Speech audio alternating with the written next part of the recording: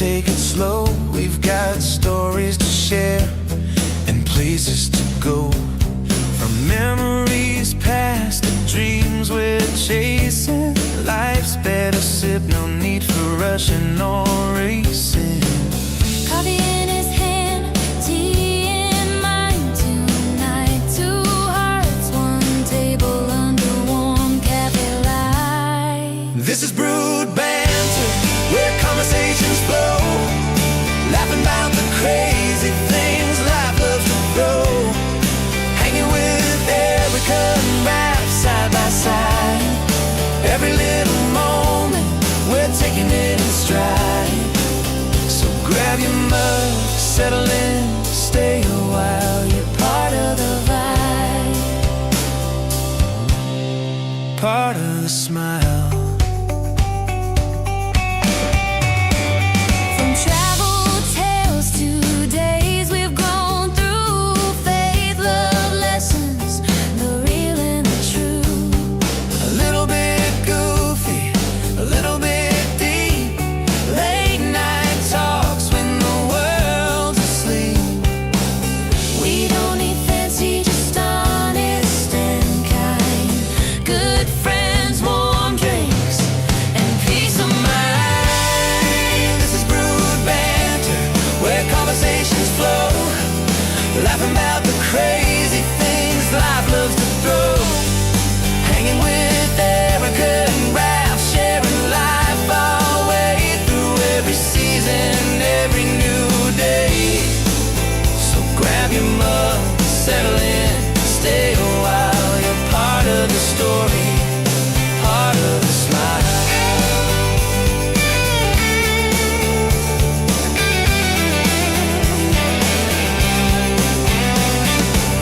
Here's to the moments we hold on to tight. The tears, the joy, the comfort of night. Fresh starts, hope, and finding our way. One sip, one laugh, one day at a time.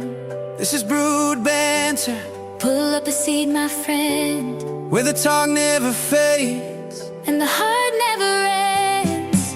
Hanging with Erica and Ralph, Yeah, that's the plan. just real life. Shared cup in hand.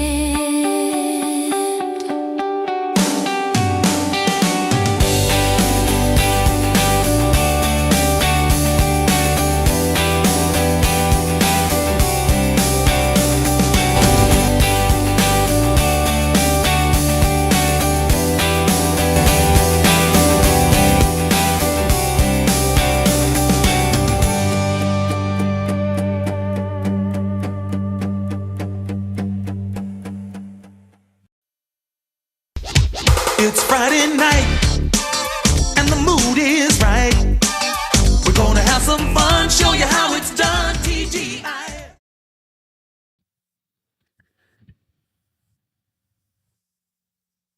Good evening, everyone. Boy, I almost wanted to say, welcome, foolish mortals.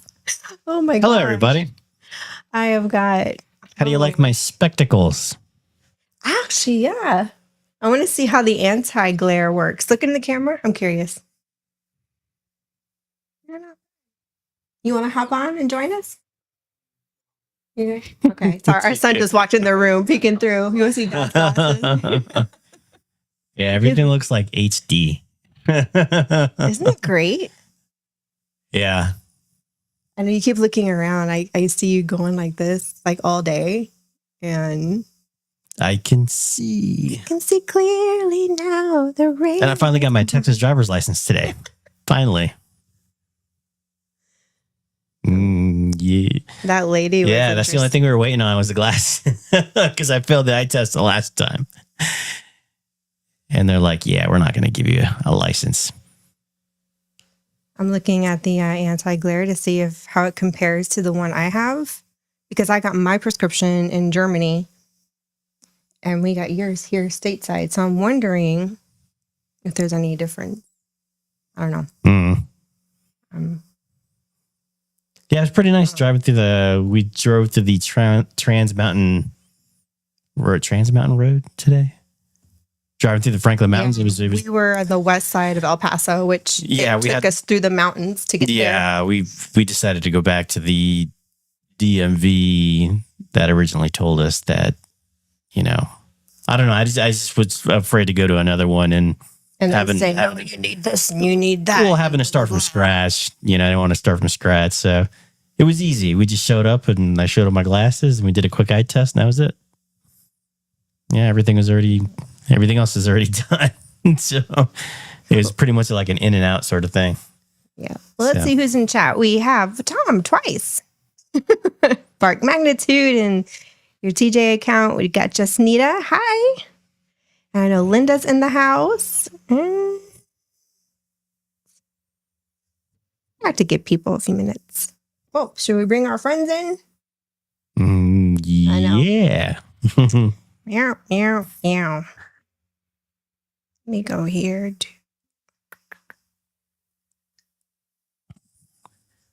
Wow.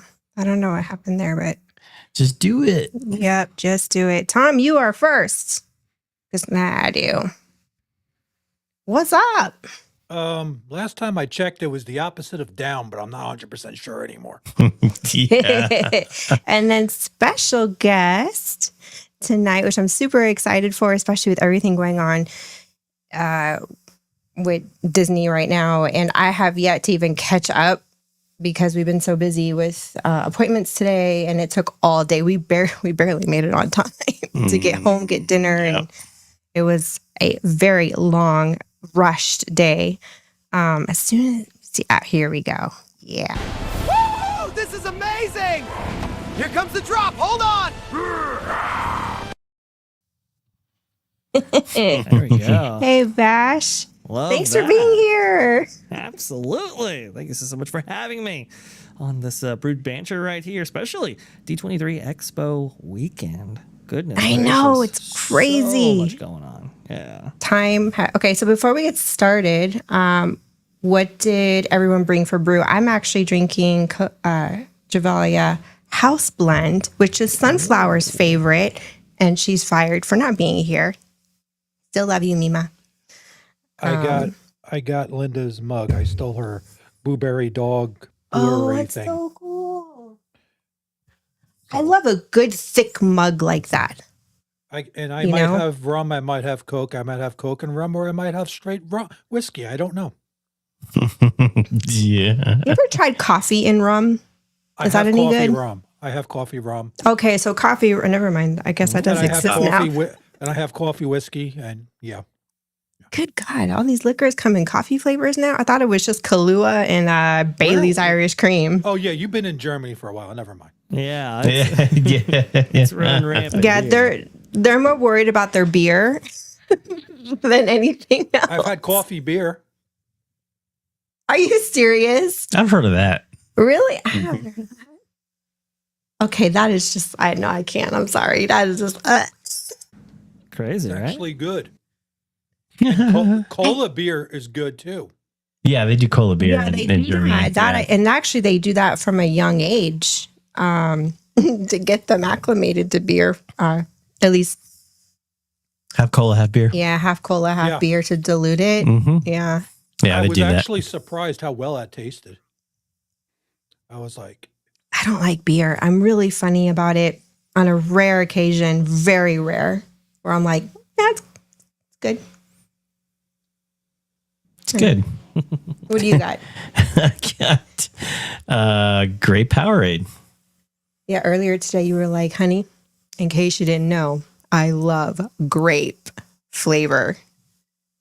Mm-hmm. I'm like, yes, I know. Oh, speak of which, guys, Yep. huge weekend for us. Guess what? What's going on? As of Monday, that is our engagement anniversary. So it was what? See, I did the math earlier and I already forgot. This is a thing. Oh, Jesus.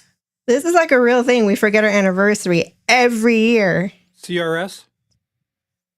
Let's see. Yes, CRS. Can't remember. 24 years. There we go. We're on year 24.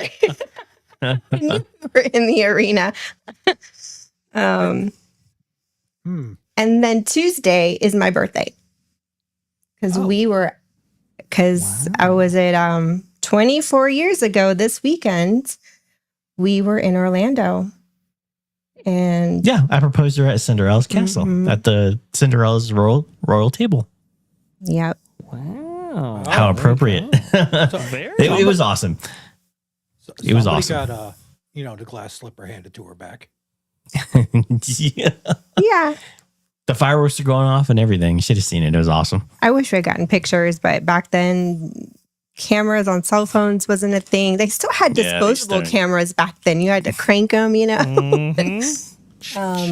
remember. Flip phones, I think, were like I the think thing. I had a flip phone with a camera back then, but it took Yeah, but the- pictures as well as the Polaroids were better. See what I mean? Yeah. But I enjoyed it. It was very intimate. Just me and him, no big public anything. And it's like the memories are like seared here. And I wish Yeah, we were late to our reservation reservation. because the parade was going on. So We went in the wrong direction. and we couldn't make it to the cat. We were late. Hey, you have a question, Ralph. Yeah. It's on the screen. Oh, are they single, bi, or trifocals? Well, trifocal would be another word for progressives. Yeah, I got progressives. Mhm. Yeah. Mm-hmm. Yeah, Linda did. The first couple days she wore them was quite comical. I don't think I'm having an issue wearing them at I all. was- Were- I was had ready this- for issues. She had this set that was kind of like, I guess it was a very fancier frame, if I remember correctly, and it was a smaller lens. So it, Oh, okay, that's yeah, why. I can see that. Yeah. They explained to us to go with a larger frame, especially if if it's your first pair, because you want to leave room for your eyes to literally adjust from distance, arm's length, and then like close distance, like you're near. And we went with a larger. I didn't even do it on purpose. No, it wasn't. It's just what I it was liked. just a frame that he liked, and it happened to be a really decent size for him to adjust to progressives. And we went with the mid tier, where your peripheral is you can see a little bit more. The highest tier, even with insurance, it was gonna be like $600, and I was like, that's okay. I'm like, we'll go with the mid tier. Yeah. So I'm glad she recommended that. So, I mean, I Yeah. was expecting issues. I thought you were going to be dizzy, feeling kind of nauseous, and that's why I offered not to at all. drive. Like, do you need me to drive? Are you okay? No, not at all. I mean, I know you've adjusted like that. I'm like, damn. yeah. I hope I have that. I hope I have your I haven't your luck. experienced any kind of dizziness or anything. You know, Christian was the same. Well, no, he did have headaches. Christian's Yeah, not even that. for a couple of days. he had Everything just looks headaches. like Ultra HD to me. So you know. Today he's doing this. We were driving down the highway, and he's like, "I can see that plane. It says FedEx." Oh yeah, they had we drove by the airport and they had like the FedEx plane with the old school Federal Express logo on it. And the Southwest plane up in the sky, and he's like, "I know that airplane too." I can Southwest. They tried to get me to wear progressives, and I really didn't need them. And I had one set. I put them on for all of 30 minutes, took them off. I haven't touched them since. Yeah. Wow. Yeah, so far so good. And these frames are actually like sunglass frames because I didn't like That's anything that what I was. pick. Yeah, I didn't even. I can't do I didn't- sunglass frames. I didn't like anything that I was looking at. And then the dude was like, you don't have to you don't have to choose from the frames that we have. If you like any of the sunglasses And I that didn't we know have that. here, we can turn a pair of the frame. sunglasses into glasses. So yeah, I tried on a pair of sunglasses and I wasn't too sure about them because they were sunglasses. Then the lady popped the lenses out and I put them were on and able I was to- like, yeah, yeah. these are, yeah, I like them.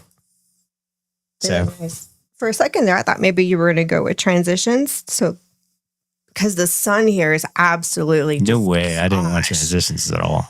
Yeah, I've I don't heard. know, I've heard mixed stories about transitions. How after a while they start to not work, and then your back in the office to get I that don't know. fixed and all that. Nah. No, I have them. They work, but sometimes they don't work with certain car tintings and UV blocking. Yeah. You have to get a special kind that will go darker in the car.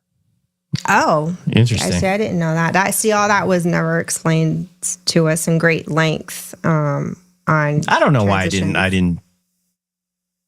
Well, the lady at the optical at Ramstein, she explained it. She's had glasses forever, so she has a pair the transitions, and then she's got other pairs too. And I'm like, yeah, but you've been doing this a while. You know, we're newbies. We're noobs to glasses. I'm next, by the way, to get my prescription corrected because the optometrist over at Ramstein kind of screwed up my prescription. Technically, I need progressives, but she didn't put it in, and the prescription was really contradicting to the point where optical didn't even know what she wanted.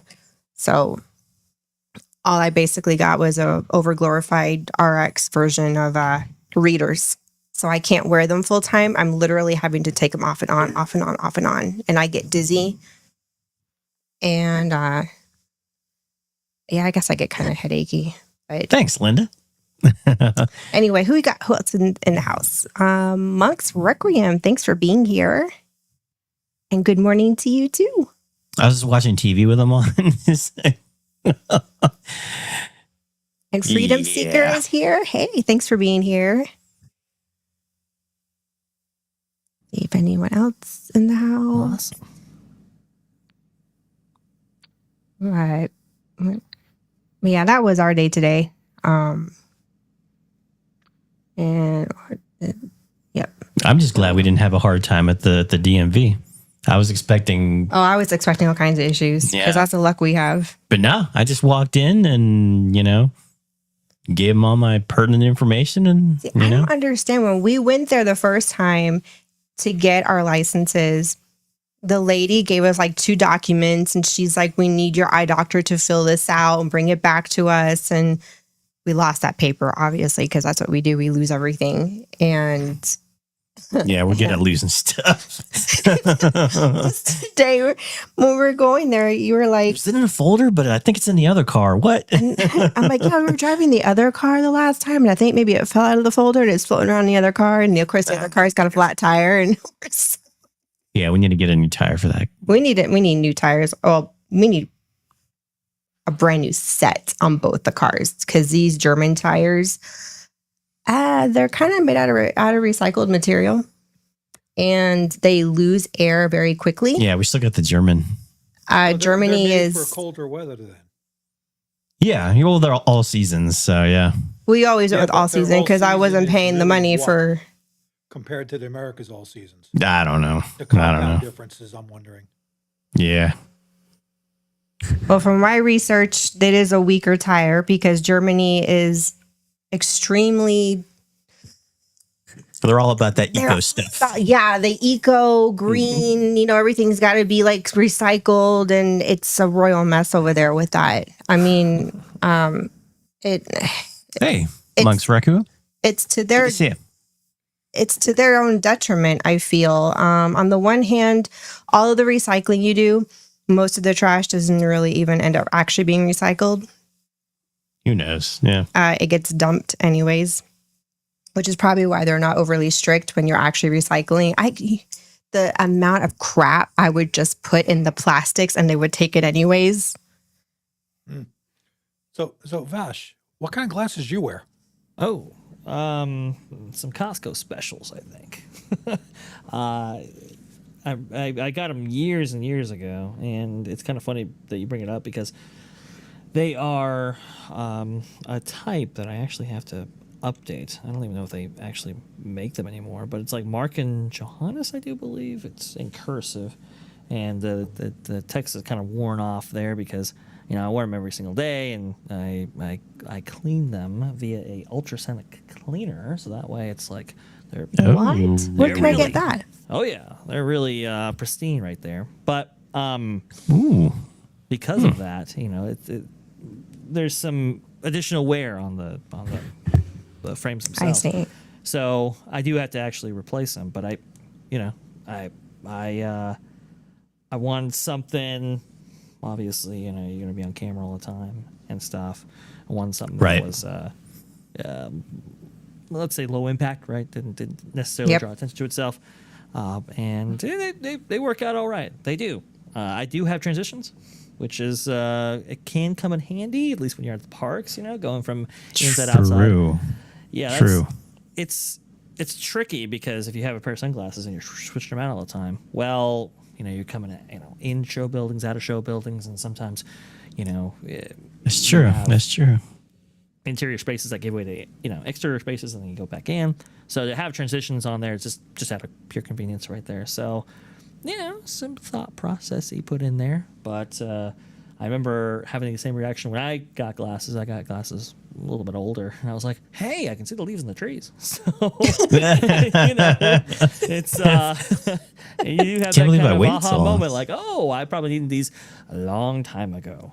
But no, Yeah. it's good stuff, and yeah, you know, I like a clean set. So there you go.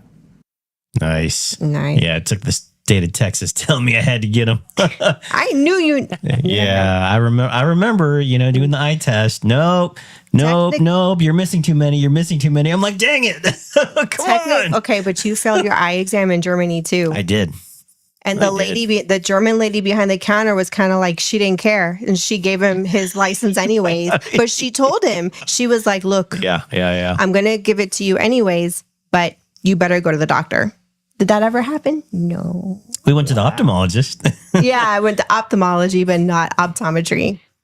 We made the mistake thinking that if you go to an ophthalmologist, It'd be like they- automatic thing. Yeah, I mean, automatic thing. They do everything there. No, they're two separate appointments, two separate things we didn't know. So this whole eye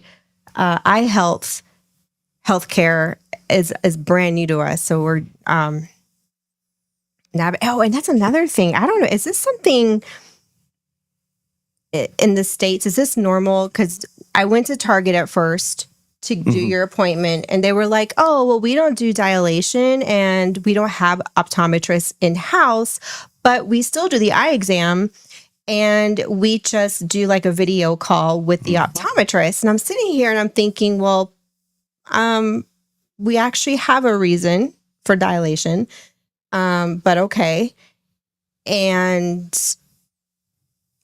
so we said, we'll go somewhere else. We went to Lens Crafters.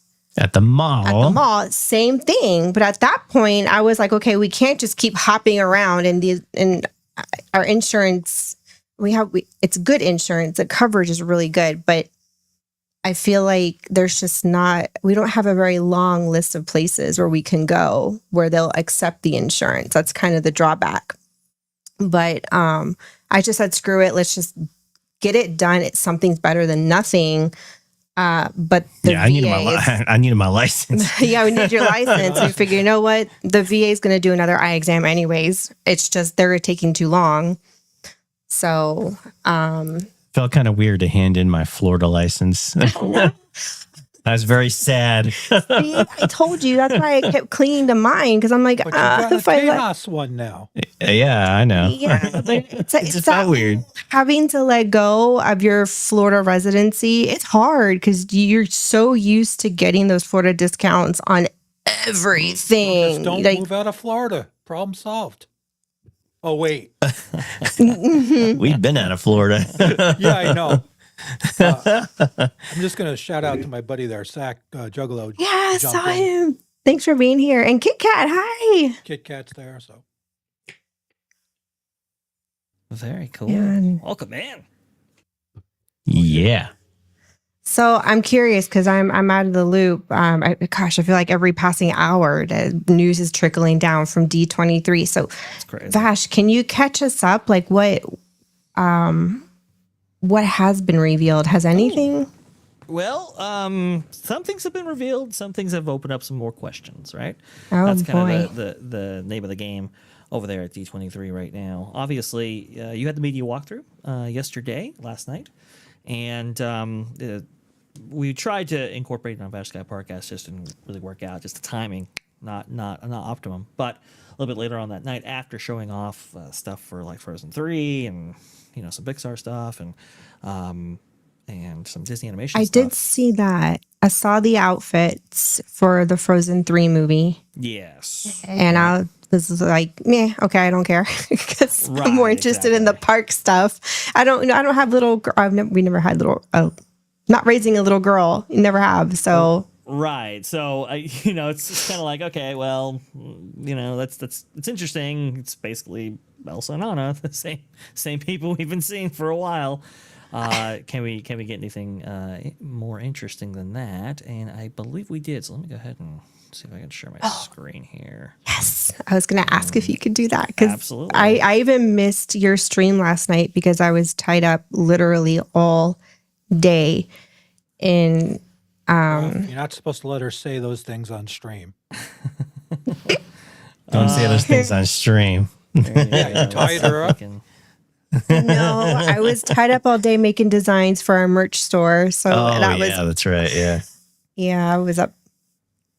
Okay, here we go. So I've Hold on, got I'll pull it the Piston Peak model, a slideshow of that playing right now. I haven't actually assembled this in the B-roll package, so I'm going with whatever Windows actually provides. Izzo was in the One house. second. Hey, Izzo.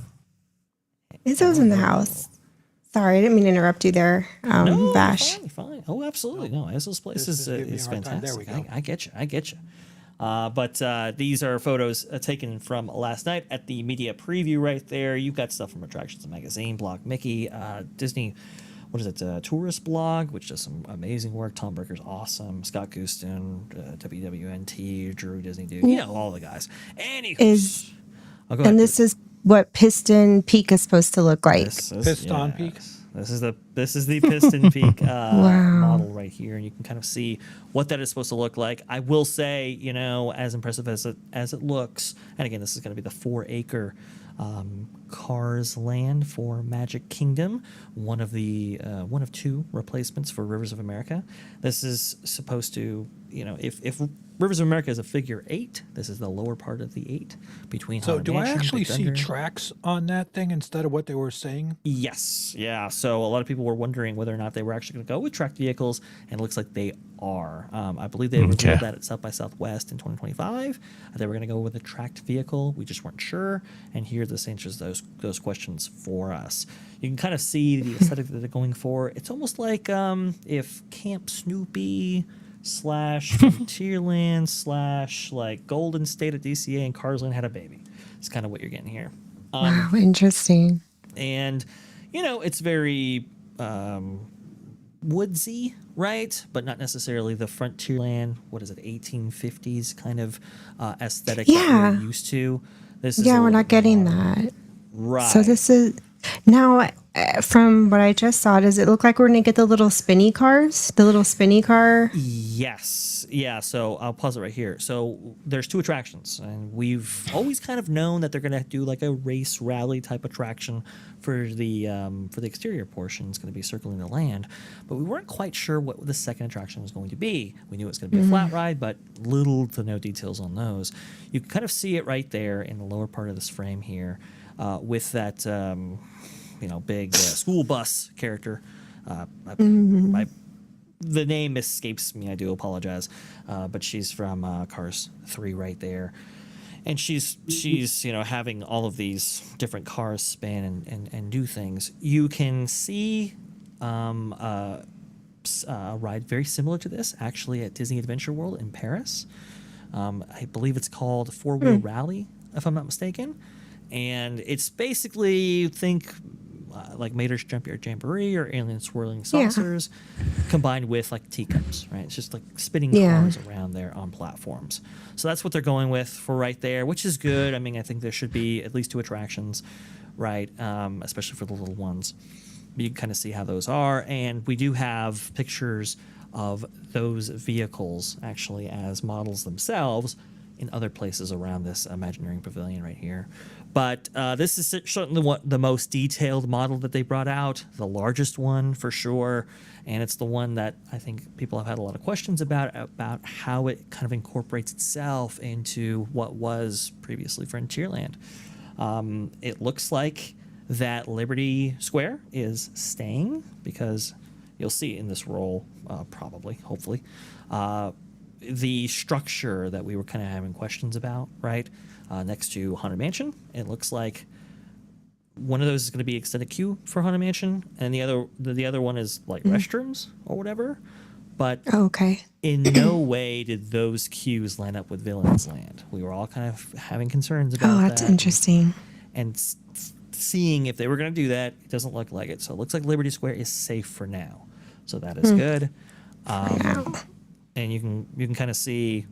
Let me see if I can pause it there. Oh, can I go back? There we go. The Liberty Bell dock is actually still there. You can see it as part of this model right here. And we kind of knew that was going to happen because of some previous artwork, but we weren't sure. Now we know for sure that's going to be the case. And it's a pretty impressive model. I will say it relies a lot on foliage. So if you notice, if you take all the trees away, which I actually did on X, there's not a lot of new structures / rock work, right? This is not Cars Land, which is 12 acres, huge, Yeah. Cadillac range and everything like that. You're just not going to get that from here. It's going to be far more scaled down and far more conservative in terms of budget and everything else, which is kind of interesting. Especially in Magic Kingdom. Right, in Magic Kingdom. Yeah. Right. And The other these trees are going to take a while to mature before Exactly. any shade. Do you think they're going to bring some more adult ones in and prop them? Yeah, that's a good question. We can hope so, but for every single new project I've ever seen from parks, and that includes Universal in this as well, it's always young trees. Yeah. And if you remember when Disney California Adventure actually opened back in 2001, the Golden State area right there, beautiful area now, but it took 20 years to get that way. So it's kind of like, okay, well, I see a lot of trees in these models, but to get what we are seeing, it's probably going to be 20 years from the point it opens, which is going to be a Golly. shame. So I don't know they how are that's routing water around there, so they did do a little bit of runoff management. Yes. So if you notice that kind of peak area, let me see if I can pause it right there. You can notice the mountains right here, right? And you do have water running off there, and you have little streams that are taking place in various areas. And you can see how it kind of connects to Tiana's Valued Adventure, which it would have to because the water previously was shared with Rivers of America, or at least that was the effect that they were going for.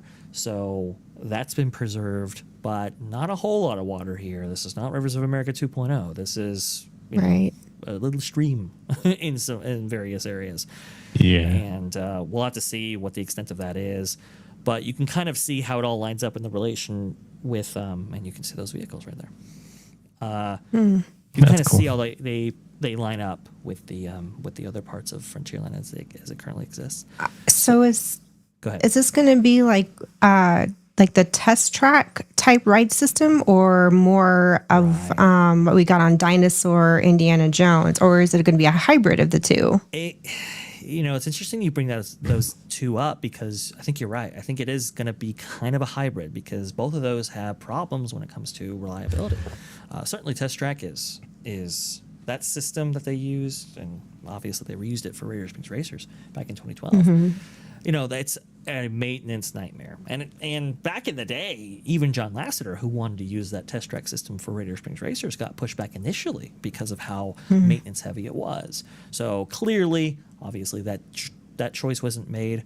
And the other reason too is because this is only a 4-acre land. It's relatively small, and when you're going fast, you need a lot of space, or else it's going to be a short ride. So they opted That's for true. Yeah. Because I remember them coming up with those, what was it, 6-passenger, like, Ride off-road vehicles? racer thing that they were doing. It was like a big go-kart that they had for that, if I remember correctly. In the concept art, yeah. Yeah, the Yes. concept thing. And I didn't think that'd be feasible. It was like, it didn't make any sense, especially with the way Florida gets. It was right. How can you do that without tracks? That doesn't make. There were a couple of proprietors, or at least one manufacturer of ride systems that they said that they were developing a kind of off-roading, wirelessly controlled vehicle, which looked very interesting. Disney did not opt for that. They opted for something with a track. The reason being, like you said, for reliability and for rain. Right, this thing Yeah. can't be going down constantly, which is what happens with Test Track. It's what happens with Radiator Springs Racers. So I think they want to keep it up, and that's why they've opted for, like you pointed out, Erica, very astutely. This is something where it's more about the sensation of the ride, Yeah. of the journey, of the Right. hills, of the mountains, right? So a little bit more of that EMV Right. type thing Yep. than it is just speed.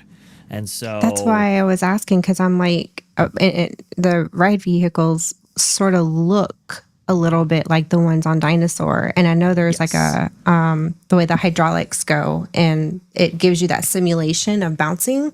right. You know, like you're in that prehistoric terrain. So that's why I was thinking, I wonder, it's got to be some kind of hybrid of the two. Yes. I'm- Yeah. It might be. This might also be an entirely new ride system. Yeah, true. To your point, but I think the hybrid is they're what try they're to going sneak a for. water ride in there too. No water ride that I know of. It's just the two. I don't know if there's any room. Yeah.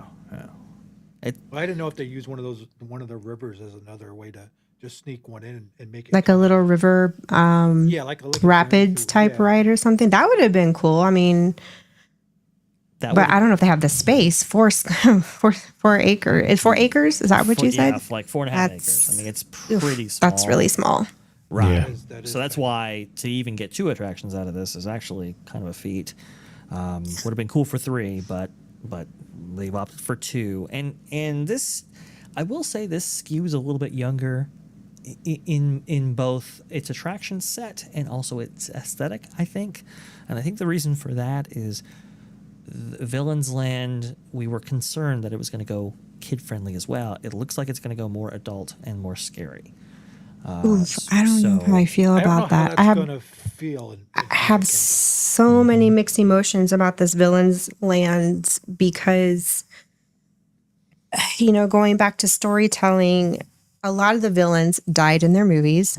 And even as a kid going to Disney, I'm like, what are you doing here? You should be dead. That's one. And then 2, you're walking through this park that is, back in the day when you told a story, it was all about the hero and good conquering evil. That was pretty much the whole premise of every fairy tale hero story. And you're walking through this park and you're essentially walking through different genres of storybooks. You have adventure, you've got the future, you've got fantasy. And I'm bringing in a villain. I just feel like it interferes with that storytelling and that theming. I get it, because of the competition. You've got Universal and they've got like the monsters. But at the same time, that's unique to their company. Right. And I wish Disney would be, instead of being so reactive, kind of focus in on, that's fine and great. That's what that's our competitor's niche. And we have a different niche, and that's okay, and the public can enjoy both. We can spend our money as we please, but kind of stay in your lane instead of, oh, look what they're doing and we should do the same thing. I don't think that's a good, and they're clearly struggling with Villains Land because we haven't heard anything. It has just been crickets and no announcements yet that we're aware of for Villains Land. And even more crickets as well, because we were expecting maybe a little bit of a reveal of something, maybe at least one more piece of concept art. They didn't do anything, at least last night and today. Now, obviously, they've done this before where they'll hold stuff back until the actual experiences showcase or the panel actually takes place, and then more models come out. That's a possibility, but for But right they also now, dropped stuff last year at the end of the show where, hey, by the way, we're doing away with this. Yeah, exactly. Yeah, exactly. Yeah, that's true. They did. They omitted, well, Rivers of America. That was the They're thing going away for this. Right. because they knew they were going to get so much backlash, and they didn't Yes. want to make the announcement because they didn't want to be booed off the stage. And I'm thinking with this, I mean, look, the detail in the model, it looks beautiful when you look at it. It looks very well put together. Yeah. But I also feel like I don't think we're going to get all that detail when it's all said and done in the park. I'm just not seeing it. I don't trust them is the thing. I guess that's what I'm trying to say is the trust. I'm a little apprehensive on, are we really going to get all that detail and theming when it's all said and done, like what we're seeing in the model? The models, I'm going to say the model's wonderful. Yeah. You know, Yep. hopefully they actually do what they're setting out to do, because the last couple of things they've done where they had a really nice model, we got Broccoli Mountain. Yeah. Right. And you're exactly right, Yeah. Tom. There's no question about that. Like, you know, we're hoping that a lot of these things are translated and actually come to fruition. I will say a lot of it, what you're saying here, is detail provided by trees. Okay, and that's why I use a little AI trick there to strip those trees out, because I really wanted to see what substantially we were getting, and it is a little bare. It's a little bare. But is it a mountain bear? Not a mountain bear. That's Is it a culture bear? yeah, exactly. Grizzly What pink. kind of bear are we talking there? It's BARE, not E. Yeah, I know. Sorry, Yeah. EAR, if I can spell. But Right, Baron. I know it's the button, but this, there are some things that look pretty good. There are some other things that we have questions about, and how it's actually going to come to fruition and everything else. It, like Freedom Seeker actually pointed out earlier, they waited until after D23 to say that Monsters Inc. was released from Vision. Yeah, they actually waited quite a bit, actually. Rivers of America, question they is, came out on the Monday and revealed that, but we had to wait quite some time. Did they actually drop an updated model for Monsters? No. With actually how Nope. No. So it's Not still a single everybody's- one, no. We'll see what happens. No, the Imagineering showcase, and I know Bruce Vaughn was like, "Oh, there's the biggest one we've ever had," and all of that. And it's like, yeah, okay, well, maybe square footage on the floor, perhaps, but the displays themselves were very, very. Oh, I don't know. They were kind of empty. They were kind of sparse, right? It's all spread out. So I don't know. I wasn't really like taken aback, like, oh man, this is so cool and stuff like that. It's a bunch of stuff that we already kind of know, and a couple other details, right? But like for Villains Land, for instance, let me see if I can show you that real fast. Let me see. So again, I haven't created a role for this, so I do apologize. Oh, no, you're for not not having that. But let me see if I Glad can. you brought the stuff so we can gander at it. And, Yeah, I been the last, well, technically 48 hours. I've been like I see it on X at a glance, but then I get distracted with other things from housework too. Let me see if I can share you another Yeah. window showing this stuff right here. Hey, Ron, thanks for being here. There you go. You can see that for Villains Land, they just debuted these concepts of twisted, corrupted trees. That So just theming, just environment ambiance. right, exactly. And these are supposed to be inspired by like the corrupted trees that Snow White has visions about, right? When she's running away from the evil queen. Yeah. This is kind of what they're going for right here. And so it's like just the two of them. That's it. And we're supposed to get a feel from Villains Land from this. Now, this does look a little bit more mature. This does look a little bit more adult oriented. This does look a little bit scary. So I think a lot of people were placated by the fact that this wasn't as kid friendly as maybe what was rumored.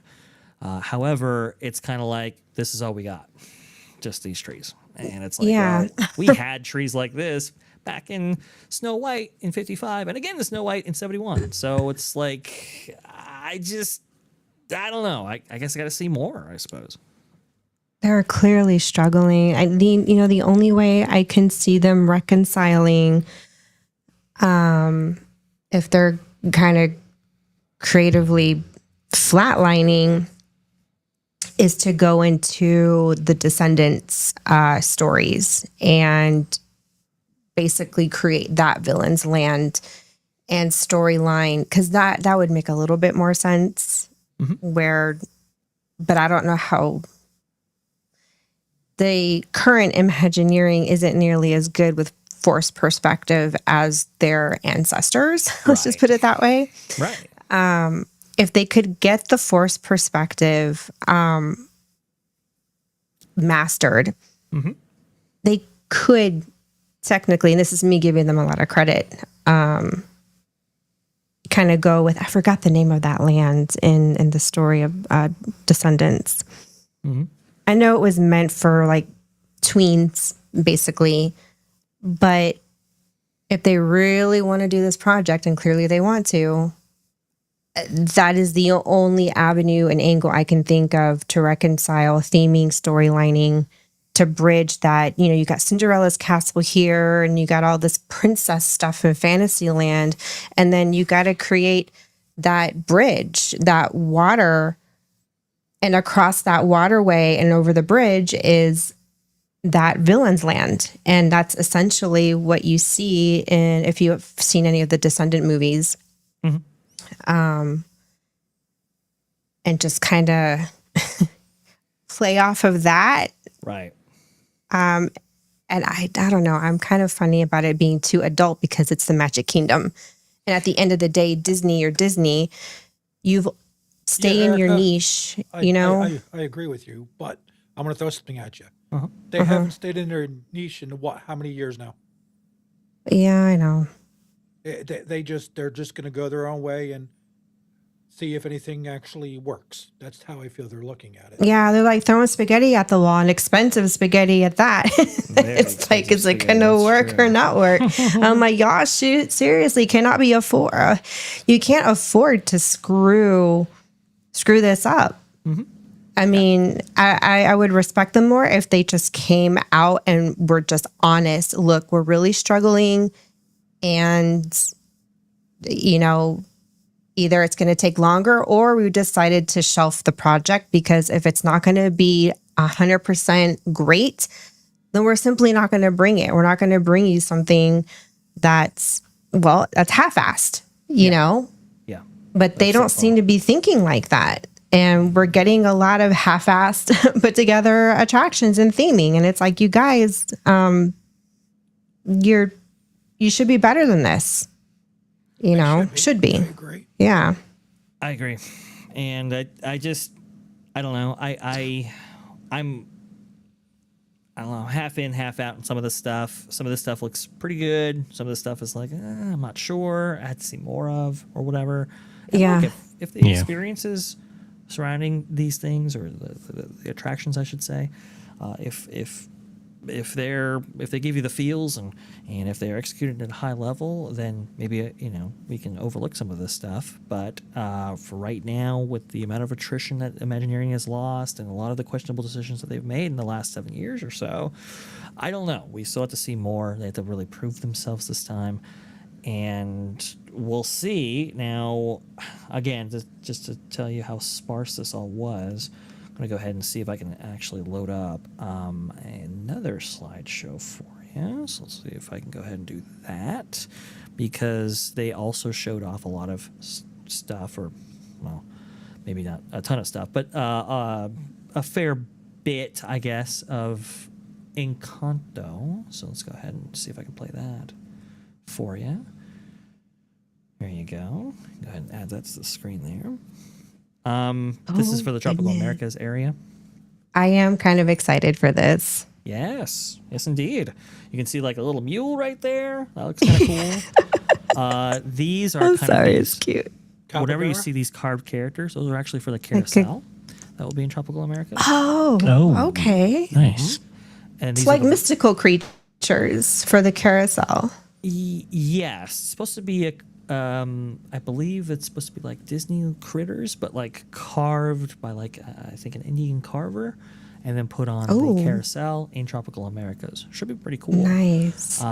This right here, what you're seeing, these are the two concepts of the ride vehicles that are going to be part of Encanto, and this has caused a swirl discussion because obviously, you know, we heard over at that park place that it was going to be an Omnimover. Apparently, though, you know, people are looking at this and they're saying, well, it's clearly trackless, and first impressions might actually get you to believe that. However, there have been some shipping records that have been connected to a certain German manufacturer of ride vehicle, and yeah, exactly. Yeah. I believe it's Zero, if I'm not mistaken. And so it's not Mac, it's another one. it's another one, right? And when you look at some of the concepts that they have, or ride types that they have that they sell, it's a very different system. So it is tracked, but not Omnimover. And the only showcase that I could see of this system in action was from like a Ghostbusters themed ride. That was a shoot 'em up, but you know, obviously transporting you from screen to screen. Now, we don't believe that this is going to be like super screen based, or at least we hope not. If these characters have anything to say, maybe perhaps it won't be. But suffice it to say, it looks like they're going to go with the story of the little boy in Encanto receiving his gift, that is talking to animals. And some people are believing that, okay, well, maybe we actually follow him on that journey, right? Because I think there's a photo from inside the hacienda itself that shows like his birthday gifts, right, from coming of age. So people are thinking, okay, well, maybe when he gets his powers, we can actually hear these animals talk, which would be kind of interesting. Does that kind of set the stage for a sequel? Aren't they working on a sequel for Encanto? I know they're doing a Coco, right? Yeah, you're exactly right. They are working on a sequel for Encanto. We haven't heard anything about that sequel for quite some time. I know, it's been very quiet. Right, and it's kind of weird because, you know, they've talked about Coco. They talked about, I think, for the animation showcase, they're talking about Frozen 3. They're talking about Hex. They're talking about like Incredibles 3 and all this kind of stuff. But we haven't actually heard anything from Encanto 2. So from what I understand, still in development, but maybe not at top of mind. And I think if this land and this ride is successful, then I think, you know, they really step up the game there. But for It'll right set now, the stage and the story for what's to come. At least I hope they're going to be that cohesive, where if you're going to put something in there that gives you foreshadowing of the second movie, then please storyline the movie I agree. accordingly. You know, You would think so, but hopefully we get more information about Encanto 2 at some point, but it doesn't look like that's part of the showcase right now. The entertainment panel, by the way, is going to occur, I think, at 7 o'clock tonight. So perhaps when people actually are coming out of that show and get access to their phones again, maybe we actually hear that maybe some sneak footage or something was announced or showcased that alluded to Encanto 2. But for right now, this is all we have. We don't even really have a model of the actual house itself or anything like that. We're just seeing a couple of animals and a couple of ride vehicles. And again, that's the kind of the sparse nature of this whole thing. It's a little weird how cagey they are with this, because this is the last D23 they can actually showcase Encanto before the next D23 in 2028. Encanto, Indiana Jones, and Tropical Americas is supposed to open by 2027. So it's a little weird, a little strange. But That's what we're just saying. with that. Oh, that is weird. Right. And on the flip side, we have Indiana Jones. Let me see if I can put that together real fast. There we go. I forgot about Indiana Jones. Boy, I flipped my mind completely. All right, there's That we were getting an Indiana Jones in Florida. I know. My right? brain is like on Disneyland. I'm like kind of Florida's kind of on the back burner, which Florida, is odd for me to say. Well, In terms of where I'm at mentally, my brain is on Disneyland more than Disney World these days. yeah, that's true. That's and we'll talk about Disneyland in just a moment right here. But You can see what they have on offer for Indiana Jones. Almost nothing, but we have the exterior of what they're building right now in front of the old dinosaur ride show building. Wow, interesting. And you can see interior shots there. I know they released a couple of things today that I didn't update my catalog for, but they did show off like the carving of the exterior and so forth. Oh, go ahead. No? Oh, he was making fun of you. Oh, You're I see. slacking, man. You're slacking. I know. Not I'm updating. sorry, man. Come on. I do apologize. It's coming in hot and heavy, and I'm trying to get everything organized and everything, and I'm a little bit delayed. But yes, we had some stuff for Indiana Jones reveal, but not much. Not even another piece of concept art. Again, this is all kind of weird. That's weird. Yeah, they're just keeping everything under wraps, and it's just it's very strange given the amount of projects that are in the works right now and the amount of development dollars that they're spending in all of this, and they're already starting work on installation. It's like, can we get a prop or two? Can we get a couple pieces of completed imagery? Nothing. So what you see That tells me I don't think it's going to be ready in 2027 if they're not putting anything out. And they're known for their delays too. They're known. that's Are they true. sure it's not 3037? I mean, whoops. Yeah, exactly. Yeah. It is possible. Yeah, that's a good point right there. They are known for their delays. Well, the models are ready now. Right. Yeah, they're ready. That's good. That's that part. Because I'll tell you, I wouldn't mind having that model. That's kind of pretty cool. Yeah. Oh, well, That is really cool. Little That looks templates better there. than the one they have at Epcot. I agree. It is. It looks very, very nice. But that's what we have for Indiana Jones. They're doing work on Dinosaur right now to convert that and everything else. We're gonna have to see what more actually brought out tomorrow at 7 p.m. California time, 10 p.m. Eastern. But then there's also this as well. We have Monsters, and all they brought out for Monsters was just a couple of little critters. That what you're seeing Oh. is what they brought out. Oh gosh, a three-eyed squirrel. A three-eyed squirrel. Looks like something out of The Simpsons. Why didn't I have that in my squirrel? That would have been perfect. Yeah, exactly. A Two-headed two-headed pigeon, pigeon. a three-eared bunny. Oh right? my gosh. So That's- what is this, like Disney meets the apocalypse? Yeah, exactly. this is right? weird. It's Okay, so radiation, it's Fallout. Good. this is so strange because they're not really monsters. They're just mutant forest animals. It's like, yes. Hey, so, I just came from Chernobyl. How are you? So this is Right. the weird thing about all this, right? So if you remember the movie, the original Monsters Inc. movie, there was like a scene showing off a two-headed pigeon to just kind of illustrate Really? that you're in It the must monsters. have been one of those quick ones. Right. Really fast. I mean, I had to be like shown the footage to be reminded of it. And I was like, oh yeah, I guess so. And I think what they're illustrating here is that everything that you actually see in the Monsters world and Monsters Inc., this land here that they have going, will be reflective of this monsters world in which occupies these things. I don't know why somebody is taping something in the background. That's weird.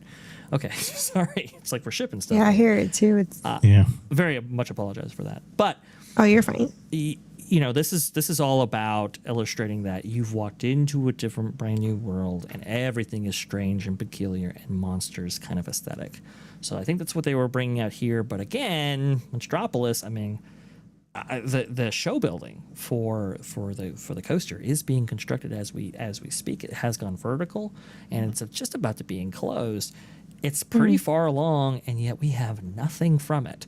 Even No pictures, nothing. right, not even the 2024 model that they had back then. Not the the coaster trains or nothing. I'm not going to lie. I want a version of that squirrel. I want to see what my dogs would do if I dropped that in front of them. Yeah, You hear that, Disney? You got to make little plushies of this thing. No, I want that model because I want to put it in the backyard and move it on a little car and see the dogs just And looking. see if your dogs will go crazy. that's funny. That's hilarious. Gosh. But Funny. I mean, again, what you see is what you're getting right here. We have no idea, like, if we have more things coming, but this is what we have right now. Now, I'm gonna go ahead and switch it up a little bit. We're gonna go back to Magic Kingdom here, and we'll go through Carousel of Progress because they did show a little bit of that. Oh, Yes. Oh, the dog's still the same. nice.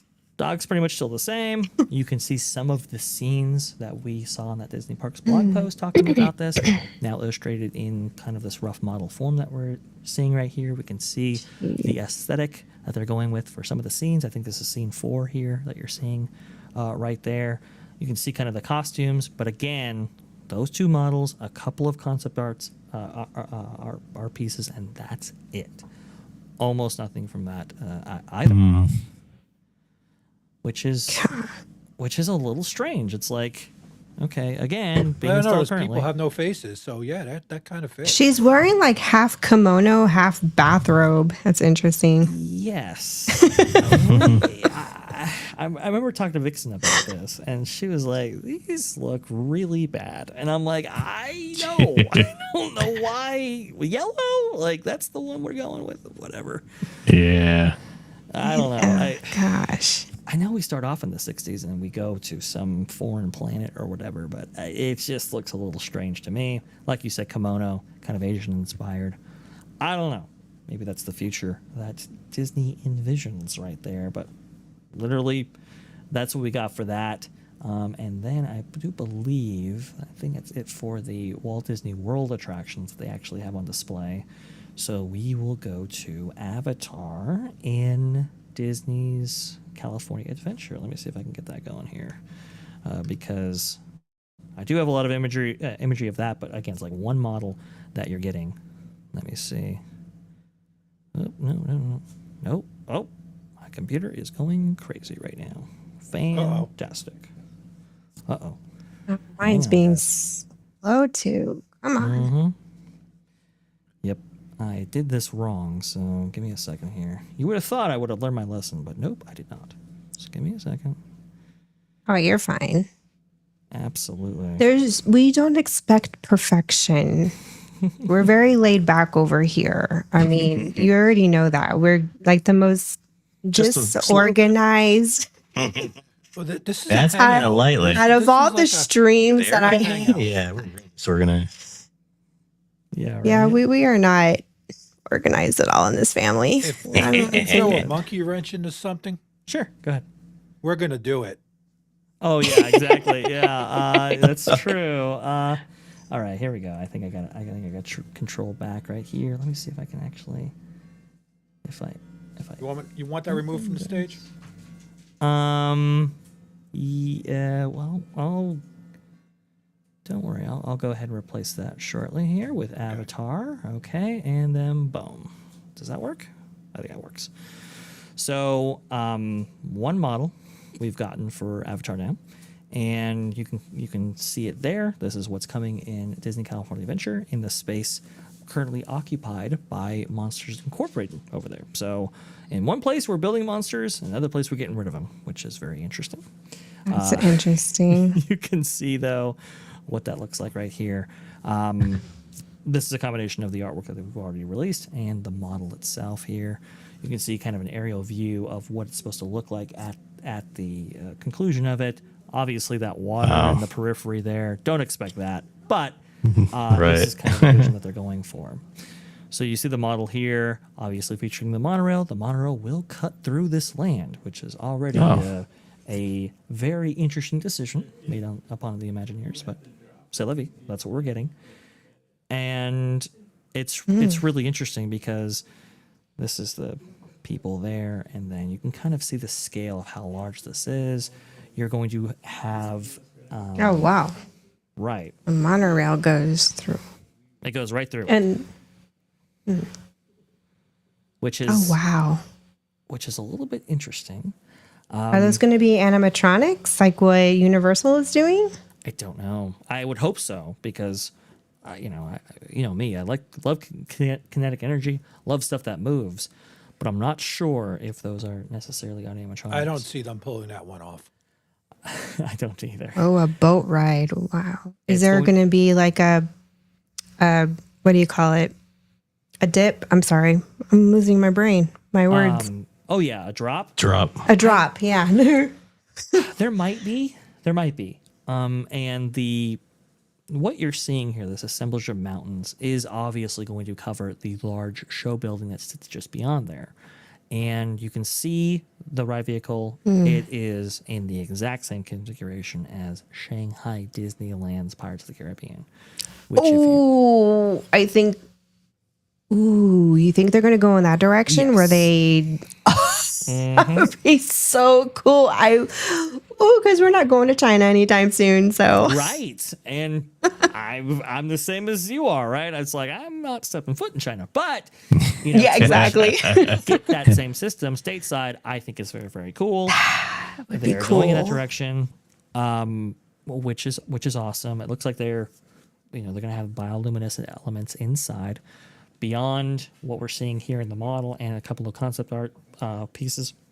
We don't actually know much more about this attraction, but to utilize the Shanghai Pirates of the Caribbean ride system is very, very cool. However, you need a lot of space to do that. In fact, I think Pirates of the Caribbean at Shanghai was the largest show building they had ever constructed up until that point, and that opened in 2016. So we're hoping for a big ride. We're hoping for a long ride. However, it is in very space-limited Disneyland. So I'm very curious to see how much stuff we'll actually get from this. Maybe it'll be double-decker to allow for those inclines and drops and so forth. We're hoping so. But I love the exterior portion where you kind of go by the waterfalls and everybody can kind of look in. And then, obviously, you're going to have an adventure inside. I just love the idea of having that kind of ride system, like the Pirates over in, you said Shanghai, right? Because I get Shanghai and Hong Kong. Shanghai, mixed yeah. up. Mhm. Shanghai, Gosh. China, Hong Kong should be Japan. It should be cool. Like, it should be pretty awesome. And I'm thinking James Cameron's still going to be involved in this. I know he's kind of walked away from the Avatar franchise a little bit, or at least that's what he's saying in the media and press. I do believe he's going to be part of this project. And it's been in development for a while now. Obviously, when Bob Iger talked about it, man, was that February of 2023, I think? Man, that was a long time ago. We were all wondering. Oh, God, please. How are the like folks on the East Coast that are like your Disneylanders? How are they receiving this news? Are they excited? You mean on the West Coast? Because you just said East Coast. West, sorry, yeah. See, I mean on the West For a Coast. second, I'm like, huh? Sorry, I'm perpetually going to be on the East Coast because that's where I was raised. But like the West Coast folks, what are they? Is it being received really well, or is there like I think criticism? It is. Well, I mean, the West Coast folks, they were so jaded and cynical for a period of time that when the news broke that we were going to get, quote, an Avatar experience, a lot of people were like, "Oh, it's just going to be a meet and greet. We're not going to get anything like what Walt Disney World has in Pandora." But I was trying to assure people, I was like, look, listen, if the CEO of the Walt Disney Company is telling you on an earnings call that Avatar is coming to Disneyland, that's not a meet and greet, okay? The CEO doesn't talk to people on Wall Street. Right. about meet and greets. Right. Yeah. Or a shop. It's something more substantial. Right. That is true. So, but we didn't know for a long time what we were actually going to get. When it was revealed that it was going to be a boat ride, that was very cool. But then everything kind of went radio silent for a little while, and a lot of people thought we were going to get Zootopia instead, which was very interesting. It turns out companies now doubling down. They're going to go with Avatar. They're going to go with this concept, and I think people are excited because DCA does not have any boat ride at all. They do have a river raft. Dang, I didn't know that. But they do not have a boat ride, and they don't have like a boat based kind of atmospheric ride like Pirates of the Caribbean, for example. They have nothing. How many like do you that. have in Disneyland that are boat-based, atmospheric like that? Well, for Disneyland, you have Pirates of the Caribbean, obviously. You have like Small the big World. one. You have all those attractions. But next door, And the canoes. Yeah, the canoes. And the Pinocchio one's a boat ride too, right? No, Pinocchio is just a traditional dark I ride, have kind of a like question. Snow White. Being that your two parks are so dang close together, Right. is there really a benefit to having a boat ride in DCA? Well, yes, because But people what are still. you giving up for? Well, the thing we're giving up for this is going to be Monsters Inc., the dark ride that we have there. Okay. And we actually believe some of those pieces might actually find their way into Disney's Florida? Hollywood Studios' Monsters Inc. Gotcha. attraction, right? Kinda Yeah, makes so sense. yeah. Rob Peter Yeah. to pay Paul. Got it. But yeah, so Yep. but like Pretty much. you know, That's one way of putting it. people do buy one day, one park tickets. And when you're stuck in DCA, you kind of like those atmospheric rides. You like those slower rides. You like those things that kind of take you through Yeah. an adventure. A story. Yeah, a story that you can kind of fill in your own head and stuff that's not going to jostle you around too much. You know, we just don't really have that at DCA. Again, Disneyland, the Columbia, Mark Twain, you got the canoes, like you said before, Erica. You have a plethora of different options regarding all of that, but nothing really for DCA. So this is all good. Like everything, you know, to get more nature included into DCA as well. That's always a welcome. So because it can be a little bit utilitarian at times. So I like all of this. People have been really receiving this well, and we are really excited about it. However, this is the project that is probably going to take the longest out of any of these, because where this is going to sit ultimately, they have to get a lot of infrastructural work in the back end done before this can even be started to be built. And one of those things is the parking structure, and that's going to be an 18-month process, and it's going to be all kinds of stuff. So I'm not expecting this until at least 2030 at the minimum, but we'll see. Let's see right here. We also have, let's see. Something in the near future is going to be Marvel. So I know, Erica, it is your favorite, and I don't want to go ahead and, let you No, down. it's not. I don't appreciate your sarcasm. I know. I will like seeing some of the Marvel stuff to see if I can laugh now or cry later. Exactly right. Because my grandkids are going to be like, "Hey, Grandpa," I'm like, "I ain't taking you to California." Yeah, and I see. Oh Troy, gosh, those seats. right. Now, what kind? What? Supposed So to be in a car. It looks like. So for for Marvel Adventures Campus, the expansion there for Disney California Adventures, what we're kind of seeing, you're going to have two rides. One is going to be Start Flight Lab. The other is going to be Infinity Defense. Right now, what you're seeing is the ride vehicle for Start Flight Lab. And the idea with this is that you will sit in a ride vehicle all separated it's a out. claw. Like what you're saying, yes. And you'll be picked up and jostled around by a Kuka arm. So basically, it's Monsters, Universal's type thing. Yes. I guess like during the Hogwarts ride, the Yes. journey. Well, Hogwarts like that one? and Monsters Unchained. Monsters Unchained. is the Monsters newer version Unchained of it. and Forbidden Journey. That's correct. That's gonna Forbidden use the Journey. same That's the technology. name of it. Now, what makes these distinct from both those rides is that you're not actually going to be transported through a themed environment. Like those It's gonna model be- shows it's gonna here, be things moving. it's and just- things going to be stationary. Okay. Simmer. Okay. yeah, you're just going to Oh. be outdoors and jostling around out there. So it's like Forbidden Journey meets the Sum of All Thrills. Pretty much, yeah. Wow. Interesting. That's Wait. really interesting. Which is a little strange. It's a little weird. It is. And then I have it outdoor. Well, no, because the one at Interventions was indoors. Some of All Thrills was indoors. And that was really fun. We did that like once, at least with the boys. So They this is gonna designed be an their own outdoor coaster. ride? Yeah, outdoor. They'll have a canopy thing, but yeah, it's going to yes, they will have a be, that's canopy. weird. It's a little strange. Not sure why they went with this kind of configuration right here.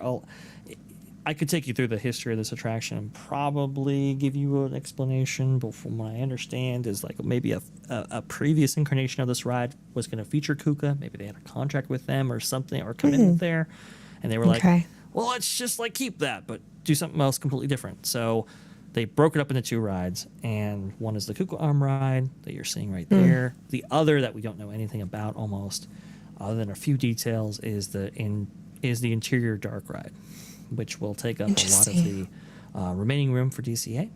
And the dark ride is going to use the same ride system as Tokyo's Peter Pan ride for their Fantasy Springs. Have you seen that at all?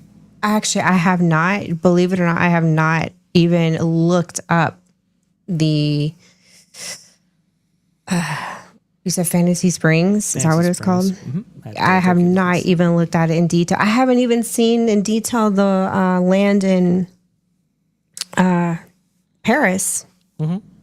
Oh yeah, Disney Adventure World. Even I haven't. I have yet to even. We've just been so tied up in, life. Stuff. Yeah, stuff. We just have not. This is why I was telling you, I really need to get back into like catching up with all the theme park stuff. I am so out of the loop with, and the news is just bam, bam, bam. Especially with Disney, with all this, it almost every day I feel like you're hearing something new. Yeah, it's a ton, and especially over the weekend, it's going to be a lot. So it's going to be even more. It's not even over yet. It's just getting started. And it's going to be just, have your brain open as wide as it can be to accept all the information because it's going to be crazy. But yeah, so the dark ride is going to be the big ride that everybody's kind of looking forward to. You can kind of see that Ant-Man, like crashing through or whatever. That's part of the dark ride. And apparently you're going to be facing off King Thanos and with a bunch of Avengers from all over the multiverse. So that's kind of what we know from that ride. It looks like it is going to be pretty screen-based, but go ahead. I'm kind of wondering, sorry, it just popped into my head, if maybe down the road they're going to incorporate these claw-like attractions on the cruise lines. That's an interesting idea. It's really cool. It's really interesting you say that because with the Disney Adventure, the one themed in Marvel. Yes, the one that they acquired from that Chinese builder. Right? It was the Global Dream before, and then they kind of converted it. That had a lot of attractions on it, and one of the reasons why is because it doesn't actually make port anywhere. So the ship is the destination. And you have to have some, a lot of stuff for people to do. And there's like actual spinner on that. There is a roller coaster on that. And I think you're right, Erica. Wow. It would be cool to have a simulator like a Kugel Arm on there, like the Sum of All Thrills back in the day. I mean, even on any of their other ships, I mean, you could essentially theme these into anything. Oh yeah, that's just crazy. I mean, of course, you would raise the prices, significantly when you're talking attractions on, on ships. And what's also noteworthy about this is that this is the first Kugel Arm attraction that has been permanently set up for guests in a Disney theme park. Which is noteworthy because there was a 10-year exclusive contract with Universal with Kugel Arm technology. No other theme park proprietor could actually utilize that in their parks. And they kept it away from Disney. Disney had a lot of concepts using Kugel Arm. In fact, I remember hearing about or seeing actually a concept where somebody sweetened the deal. Right. Should wonder what that. I'm not even going to ask what was done or what rituals were made. Well, it was a 10-year contract, right? So, remember, I believe, what was it? The Wizarding World of Harry Potter 1.0 opens 2010, so that contract would have run out in 2020, allowing other proprietors to get in on the action. And we have seen, I think, a similar ride to this, maybe at Legoland, but now Disney's getting into the game right here. But there was a concept back in the day of using like a Kugel Arm and transporting you through an environment. It was going to be the replacement for Disneyland's People Mover. That track has been dormant ever since 1999-8 when the rocket rods crashed and burned there, and so we just haven't had anything on that track. And they were going to put a Kugel Arm thing on there. It was going to be awesome. It was going to be fantastic, and then nothing because Universal was able to get an exclusivity contract with Kuka for their technology. So, but now we see more of that stuff coming out, which is very, very interesting. So real quick, we have a few new people in the house. We got Darian's in the house. Hey, and he's listening. He's playing chauffeur dad right now, and Troy Gustafson. Did I say that right? Yes. Gustafsson. Yes. Gustafsson. Gustafson. Yes. And Freedom Seeker. Yep. And Angel Rick. Rec. Just wanted to say hi to you guys and thanks for being here. Absolutely. Very, very cool. Wonderful to see everybody out there. That is awesome. Let me see if I can get. You know what? Yeah. Let's go to coasters for just a second because I know Erica, you love the coasters. It's such a love-hate relationship. I am just absolutely enamored with the tech. and yes, and just watching them. But man, you couldn't pay me to go on most of them. They're terrifying. I'll get on them. Yeah, I know you will. Raph will just about ride anything, and I'm like, ugh. Ralph, I need you to come out here and get on some coasters with me because my wife will not get on some of them. So Hey. Yeah, do me it. and Linda will go in the shops and chill. You guys can go do your thrills. tell you what, I'll send Linda out to Texas, and you can send Ralph over here, and you and Linda can go shopping in Texas, and me and Ralph will hit my guitars. Hey, there you the go. other Hey, the other look, items we have. I'm going to state the obvious here. You guys got Publix, so That's true. I want to eat my way through a bakery. Boom.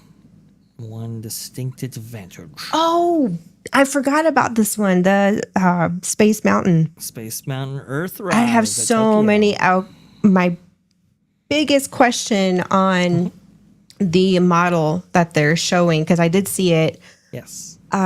How does it's not going to interfere with the people mover, is it?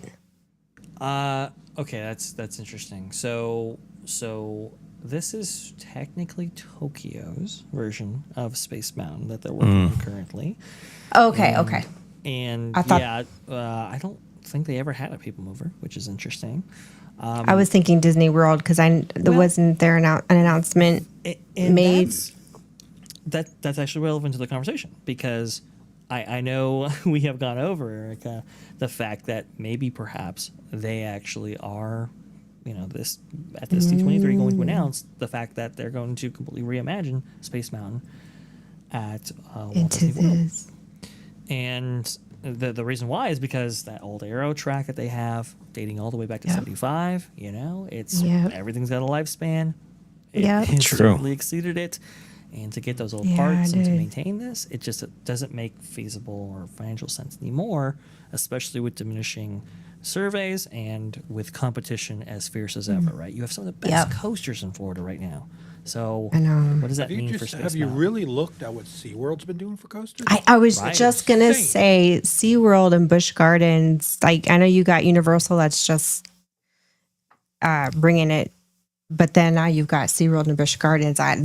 They're coming up with more coasters. Coasters It's are like, nuts. Right. You Yep. you have Iron Gwazi. You have, I think, Kuma's Revenge coming out. I right call there. it Kumba 2.0, but yeah, it's Yeah. Kumba's Revenge. And I'm terrified of what they're going to do because I probably won't ride it if I'm not strapped in from the shoulders. I get you. I understand. but there are so many different amazing coaster concepts coming to the Florida area that I can kind of see it from Disney's perspective. It's kind of like, well, Space Mountain, it's 75 and it's 50 years old and it feels every single year of it. So what's very interesting and why I'm playing this me whole out thing there, dude. out is because Space Mountain Space Mountain Earthrise in Tokyo. Can you pause that for a second right there? Yeah. Yes. Give me a second. You see that nice logo? Yes. Yeah. Yes, it did. Yeah. Oh. Yeah. Damn you, Disney. Get original. Get original for sure.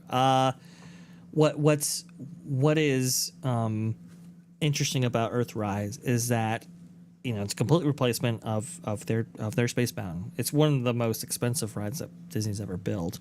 One of the reasons being that the Japanese are paying for it.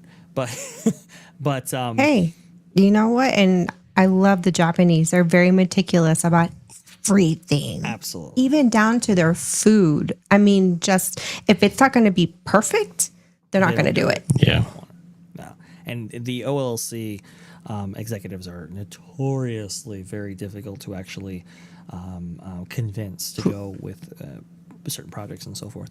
So, but they opted for this. They opted for a complete replacement. And remember, their Space Mountain was based off of the 1977 Disneyland Space Mountain back in the day.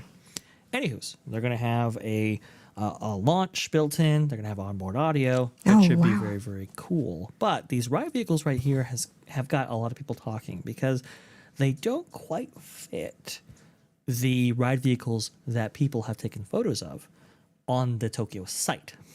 Some people believe, and I think Alicia Stella was actually saying this, that these could be the new ride vehicles for Walt Disney World's Space Mountain, if in fact they announce it. That kind of would make sense. Now, I do notice that on this coaster train can hold double Yes. what it can currently hold at Disney World, which is good because Space Mountain, old or new, it's a popular ride. The lines get backed up for it. And they definitely could use new trains that can hold more people.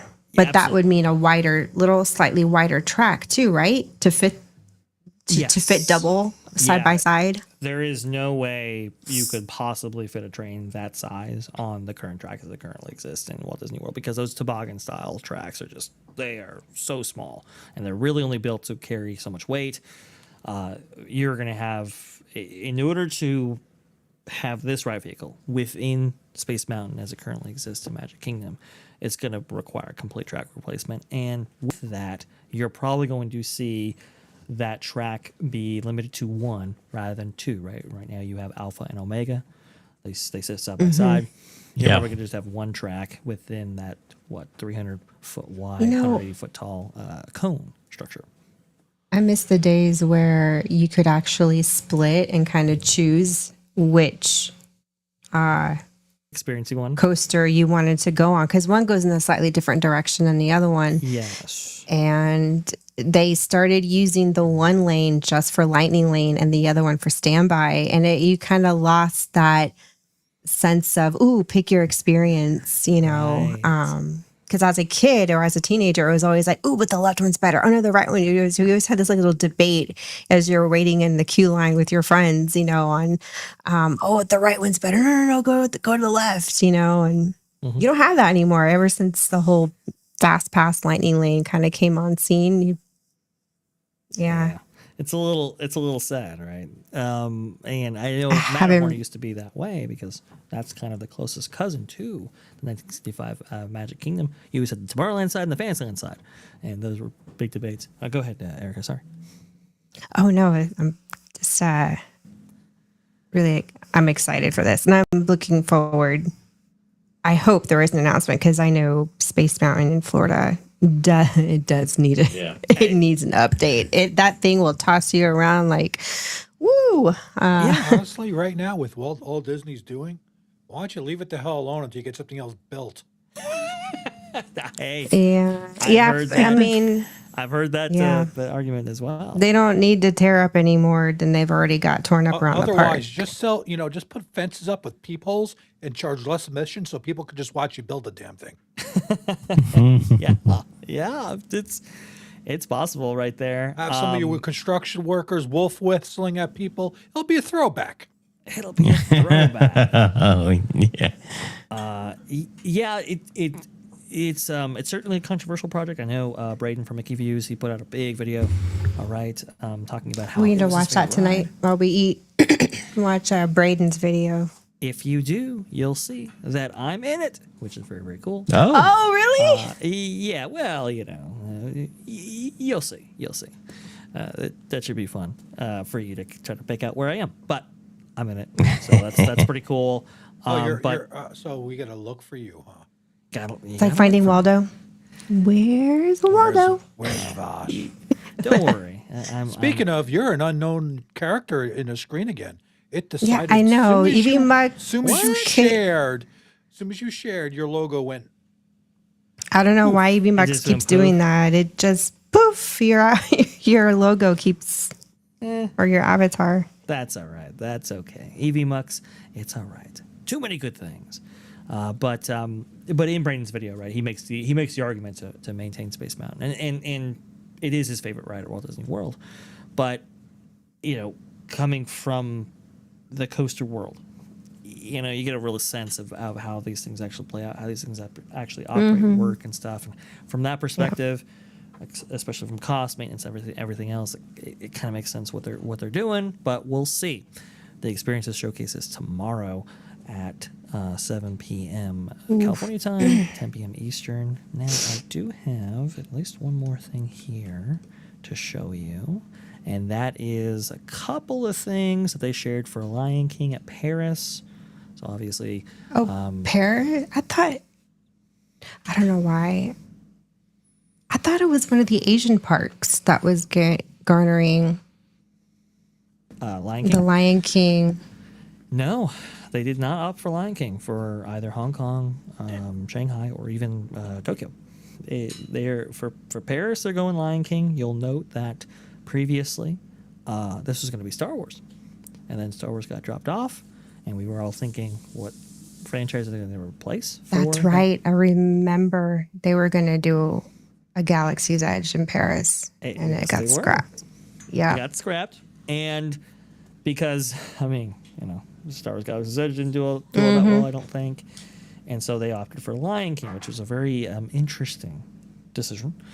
And they've, it's basically going to be their Splash Mountain, which is interesting because in Paris it freezes. So how much of the year can you actually ride on this thing? I don't know.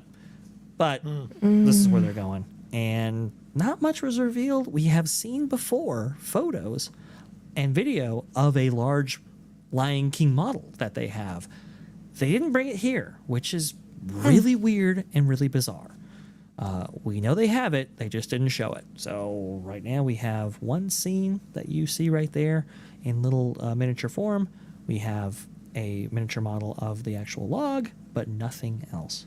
And this tree, I guess. But there's like nothing else here. It's just weird because I was going back to expos, going back to 2009 stuff. They would have models of all kinds of stuff: Mystic Manor, Raider Springs Racers, Aulani, an entire cruise ship. They would have all kinds of stuff. And here it's just really sparse, but spread out. And it's just a little weird how they've gone about all of this. Lion King, we still don't know all that much, although we do know it's going to be based on the animated film, and it should be extra large capacity for Disneyland Paris's only water ride. So there you go. That's not about Pirates, of course. That's interesting because I know Paris pretty much gets the same weather very similarly as where we were at in Germany. Colder climate? Yeah. If it snows in Paris, the likelihood it's going to keep moving east and we'll hit Germany. Man. Right. I guess they'll just have to work it the way the German parks or anywhere else in Europe where they'll have to shut down the ride accordingly to the weather. And then unless they have a heck of a heating system, but then you don't want to mix too cold with heat either. Cause if the temperatures get freezing like that, even if you put warm water, the water will freeze. Right. If it gets to that,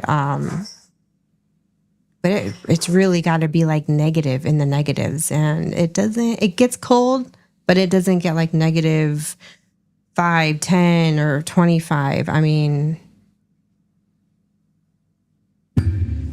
don't know. It'll be case by case as they monitor the weather and close it down as needed.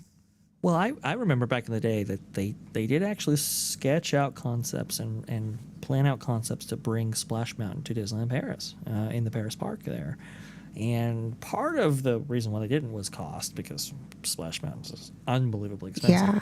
But the other reason that they didn't go for it was the frigid temperatures. It's kind of like, do we necessarily need a ride like this? Well, Paris did have an extremely hot summer, actually taking down multiple attractions because of how hot it was out there. I think there can be a need for this, but it's going to be limited, and I'm really curious to see how much play They this can do actually it.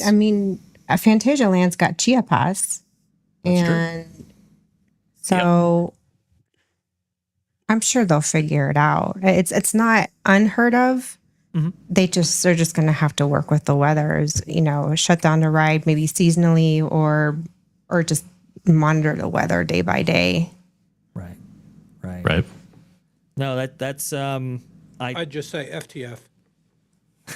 yeah, exactly. Right. Yeah.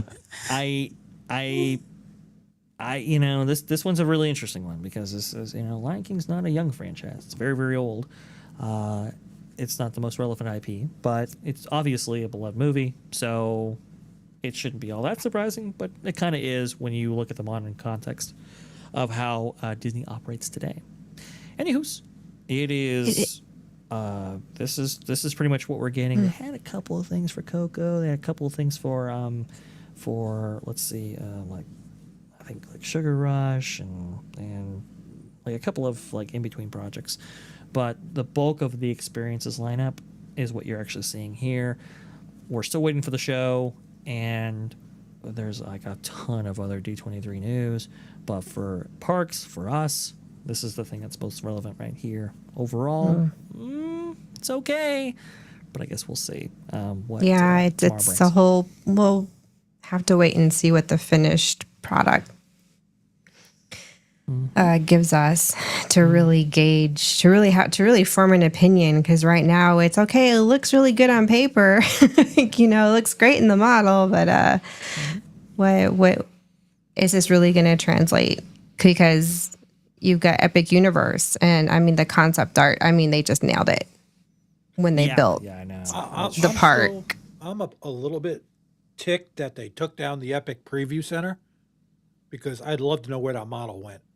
That model's cool. And that model was cool too because it had the AR, augmented reality stuff. Yeah, that was. That was fun to. I was That just was like cool. sitting there playing with that. I'm like, come on, really? Which is so I wish I could have cool. gone to play. I used to watch vloggers. Do We were it. in Germany. We just watch everyone else do we the did. virtual reality on their phones. I'm like, man, that looks so cool. I know it was awesome. It was fantastic that they actually had that kind of inclusion right there. When I see these models here at the D23, it's like, why don't you do stuff like that? You talk about being a technology company. Do some AR, do some VR, do some stuff that you have to scan on your phone and actually They're see. not a technology company. I hate the bus bubble man. I think they were more. I think when Iger said that, he was hoping, I guess, to steer the company more into, like, I guess Disney Plus and apps. Everything being on an app and being and they have, I think,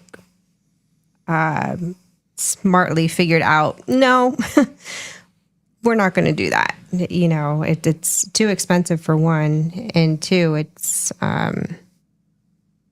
I think they have just lost too much money. That's So the thing. They used to basically print money with these parks. Oh my goodness! Yeah.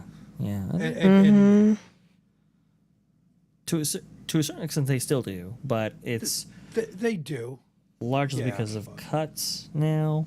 it just sucks that their entertainment side isn't, is flopping everywhere, and they're taking away from the parks to subsidize that, and that's Yeah. why we're getting all this half-assedness in the parks, and I get it. Since even in Walt's era, it was like a marriage with the entertainment side and the parks. They played off of each other. That was the point, and it was smart. That you create these stories and then you could experience the stories in a park as a family. I mean, it was freaking genius. This is what makes Walt, and they've really over the years they've had ups and downs, but this slump that they've been in it's a big one. It's bigger than their animation desert era, when for years this is worse in my opinion. Well, it's much worse because at least with the animation drought that they had, right? And that's between probably like the 60s through like the 1990s roughly. It was a big one. you still had the occasional hit, maybe like Robin Hood, or well, Robin Hood didn't do all that well at the box office, like Jungle Book. Yeah, the classics, the old Aristocats, ones. yeah. Hmm. But then when they, in the 1990s, when that kind of waking Sleeping Beauty Renaissance era, you had a bunch of guys that were either acquired into the company or had been they had been handcuffed for a while, and then they were unleashed. Right, the company said, you know what, we believe in animation, go, and they were allowed to fly and flourish in a way that they hadn't before. And so when We got someone at the door. Hold on, Just a Vash. second, Vash. Go ahead. Hold that thought. Oh, Garfield, we have a visitor. Oh, where is he? Oh, me at him. Okay. Hey, Hey, Darren. folks. Hey, guys. I got here as soon as I could. Oh, my goodness. Hey, Darren. Hey, we're How's just everybody? we're catching up on the latest Disney parks news with their D23. Are you familiar with D23? I'm not. Oh, So D23, Vash, you want to explain more what? absolutely. Well, starting in 2009, the company was like, hey, let's go ahead and do a convention, kind of like a Comic-Con, but for Disney, right? And that's all the Disney that has to offer. So, whether it's, well, now you have acquisitions, but back in the day it was ABC, ESPN, and Disney parks, all of that. Let's go ahead and showcase all of that during a weekend and have a convention in the Anaheim Convention Center. And so every other year they host D23, and this is a D23 year, and this weekend is all about everything going on with Hulu, Star Wars, Marvel, ESPN, ABC, Simpsons, Disney experiences, which includes the cruise line, parks, everything like that. It's all happening over the weekend here. And so I was just catching everybody up to speed on what has been revealed, at least for the experiences or park side of the business so far, before the big showcase panel that actually takes place tomorrow at 10 p.m. Eastern. Izzo said it right here, Vash, the Disney Wikipedia. Yes, absolutely. Yeah, that's why he doesn't have an avatar or his actual picture. We're actually using an AI Vash program. That's it's true. called Vash Sky. That's why it has an exclamation point at it. That's the Oh, secret. goodness. I see. I've been listening the last like half hour, on the road and everything. My kids have me everywhere today. Oh, can you go pick up so and so? Can you go pick up so and so? Sure. Let's Oh, do one it. of those days. I had a carload full of teenagers. Help! But I love it. Fun. Yeah, we've been catching up on what's coming on the horizon with Disney parks, how it compares to other theme parks, because we're theme park people here too. Aside from our Germany and military, we also are like theme park nerds. So we've just really been nerding out. And the convention's going on right now. So Yes. we're catching up on what's the latest news that's coming up, at least, for Disney World and Disneyland. And Izzo actually said something up here. Interesting. He said, they lost me in Florida. I'm not going back. I will try Anaheim once I am open to foreign parks, but it's getting hard to justify the cost. Yeah. Yeah. Yeah. I mean, We share your sentiment there too. It's the realities kicked in that we're no longer Florida residents. It's going to be exceedingly hard to go to Disney, and because Epic Universe is opened, we probably would rather put our money there. And as nostalgic as Disney is for us, but we have to be money conscious, and then out of the Disney parks, we've never been to Disneyland. So we're kind of in that, if we're going to do anything Disney in the next maybe 1 to 1.5 in the near future, like maybe within the next year, we're leaning towards Disneyland because we've never been, and honestly, I got to be honest with you. We've been saying this for at least the last few years. For a small park, it packs a punch. Like there's just so much to do. And then you've got Disney World, which I say Disney World, and what I really mean is the Magic Kingdom park. It's just crazy how the two parks, one is smaller. It has so many more rides and stories you can experience. My childhood, essentially. And at Disney World, we don't have half of those. Like, we don't have Pinocchio. We don't have Alice in Wonderland. You know, we don't have an updated Peter Pan. Yeah, right. You know, and I'm just sitting here like, even a Dumbo, the little Dumbo train, like the kid in me is just like, I would have loved as a kid to go on that circus train. That That would have been cool. the highlight. And you know what? I guess I'm just going to enjoy it in my middle age years. Nothing wrong with that. Nothing wrong with You that. know, Yeah. just but anyway, sorry, Vash, you were No, you're picking up where you left off because I'm over here like, well. No, you're oh, you're exactly right. Yeah, so, there you Wow, go. look at that. It like Disneyland's phenomenal. It's absolutely amazing. I certainly recommend anybody go. I know Jay Drunk 3PO. He went to Disneyland for the first time over the last weekend actually. And Oh, he was really? like- yeah, he had never been, and he was like, "Whoa, this is something else." I always try to tell people, it's like, I understand, 4 parks compared to 2. I get it. I know how that, in your head, there- how that would feel, right? yeah, I get it. On the one hand, I'm like, okay, yeah, there's more to do, obviously, because I've seen a lot of videos and streamers and vloggers, and we live in an era now where we can travel anywhere digitally, but to see it and experience it in person, I know for a fact is going to be way different than Oh, what yeah. I'm getting on Oh, yeah. camera. And I can't wait to get that feeling. I want to know. I want to walk down that main street and look at the castle, and I got people telling me, "Oh, but it's smaller. The one at Disney World's better." And I'm like, "No, not necessarily. Just because it's smaller, that doesn't mean anything. Not when you understand the history of the company and its founder.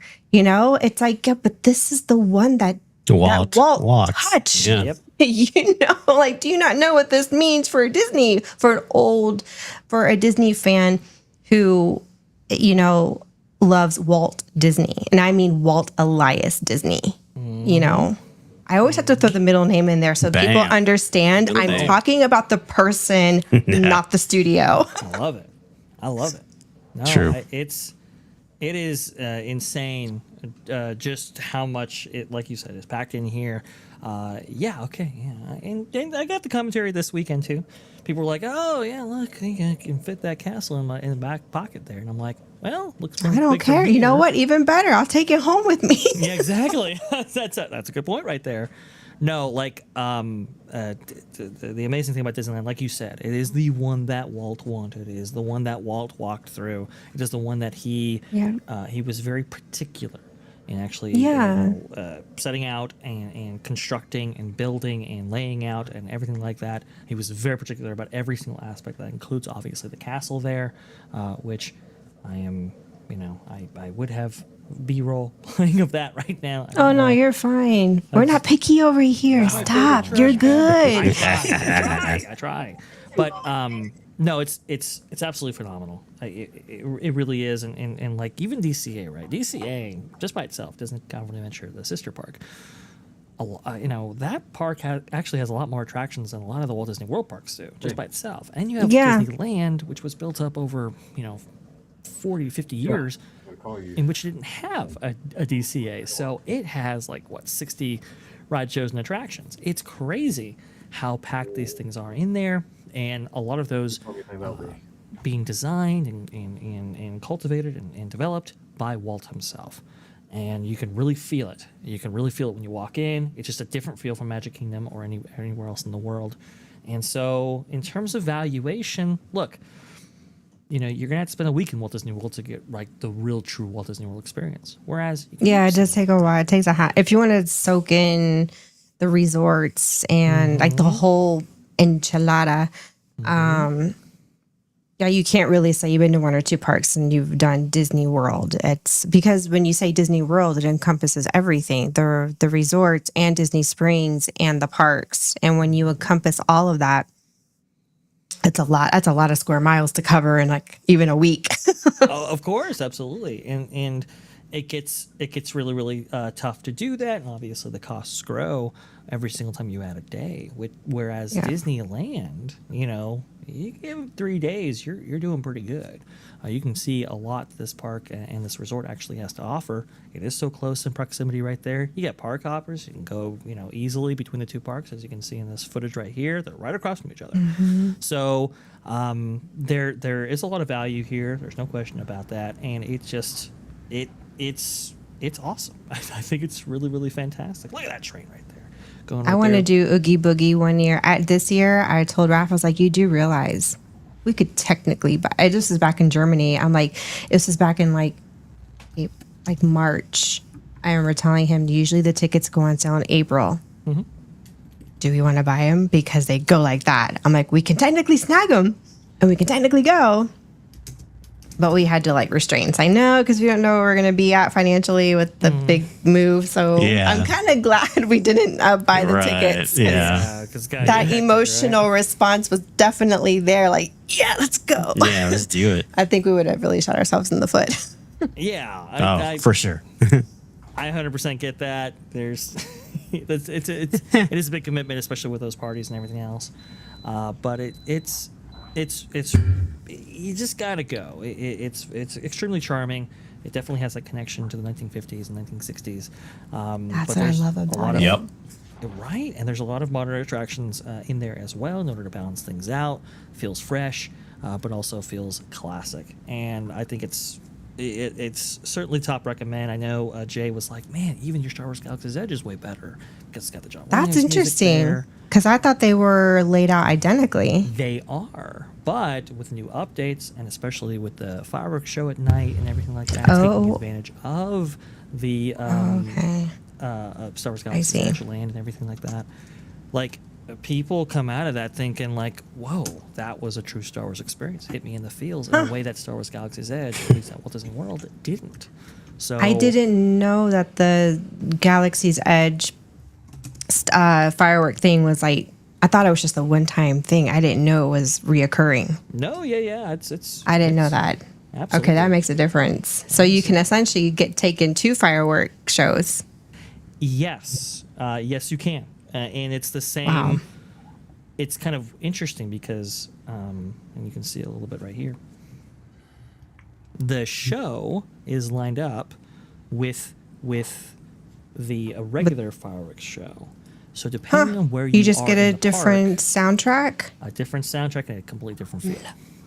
Yep. That's That is freaking Easy, genius. I did right? not know that. Yes, It's it is called a somebody thing. used their brain for that part. Yee. How? Yeah. What? I'm sorry. I'm like, but it makes sense because they put Galaxy's Edge in Disneyland, where we don't have Galaxy's Edge at Magic Kingdom. We have Right. it at Hollywood Studios. Right. So it makes sense in California. That is so freaking genius. You literally pick your experience, same fireworks, but pick your experience. You want the Exactly. Fantasyland traditional Disney, or do you want the Star Wars? Yes. That is what? And it's crazy because it works. Like it's and it's lined up and like synced up pretty well. Like literally, you wouldn't know that these fireworks of these pyrotechnics weren't custom designed for either show. They work so well. So it's super cool. It is awesome. And I mean, like the Christmas. And you fireworks, don't for get example. sound interference Nope, not at all. from the cat. That is insane. Nope, Holy nope, cow. you are completely immersed. What? Because remember, Star Wars Galaxy's Edge was built with Atmos built in. It was built with an Atmos I didn't system. know. Okay, I didn't know that. That's something new. Yep, I didn't know. That makes sense now. absolutely. So, Wow.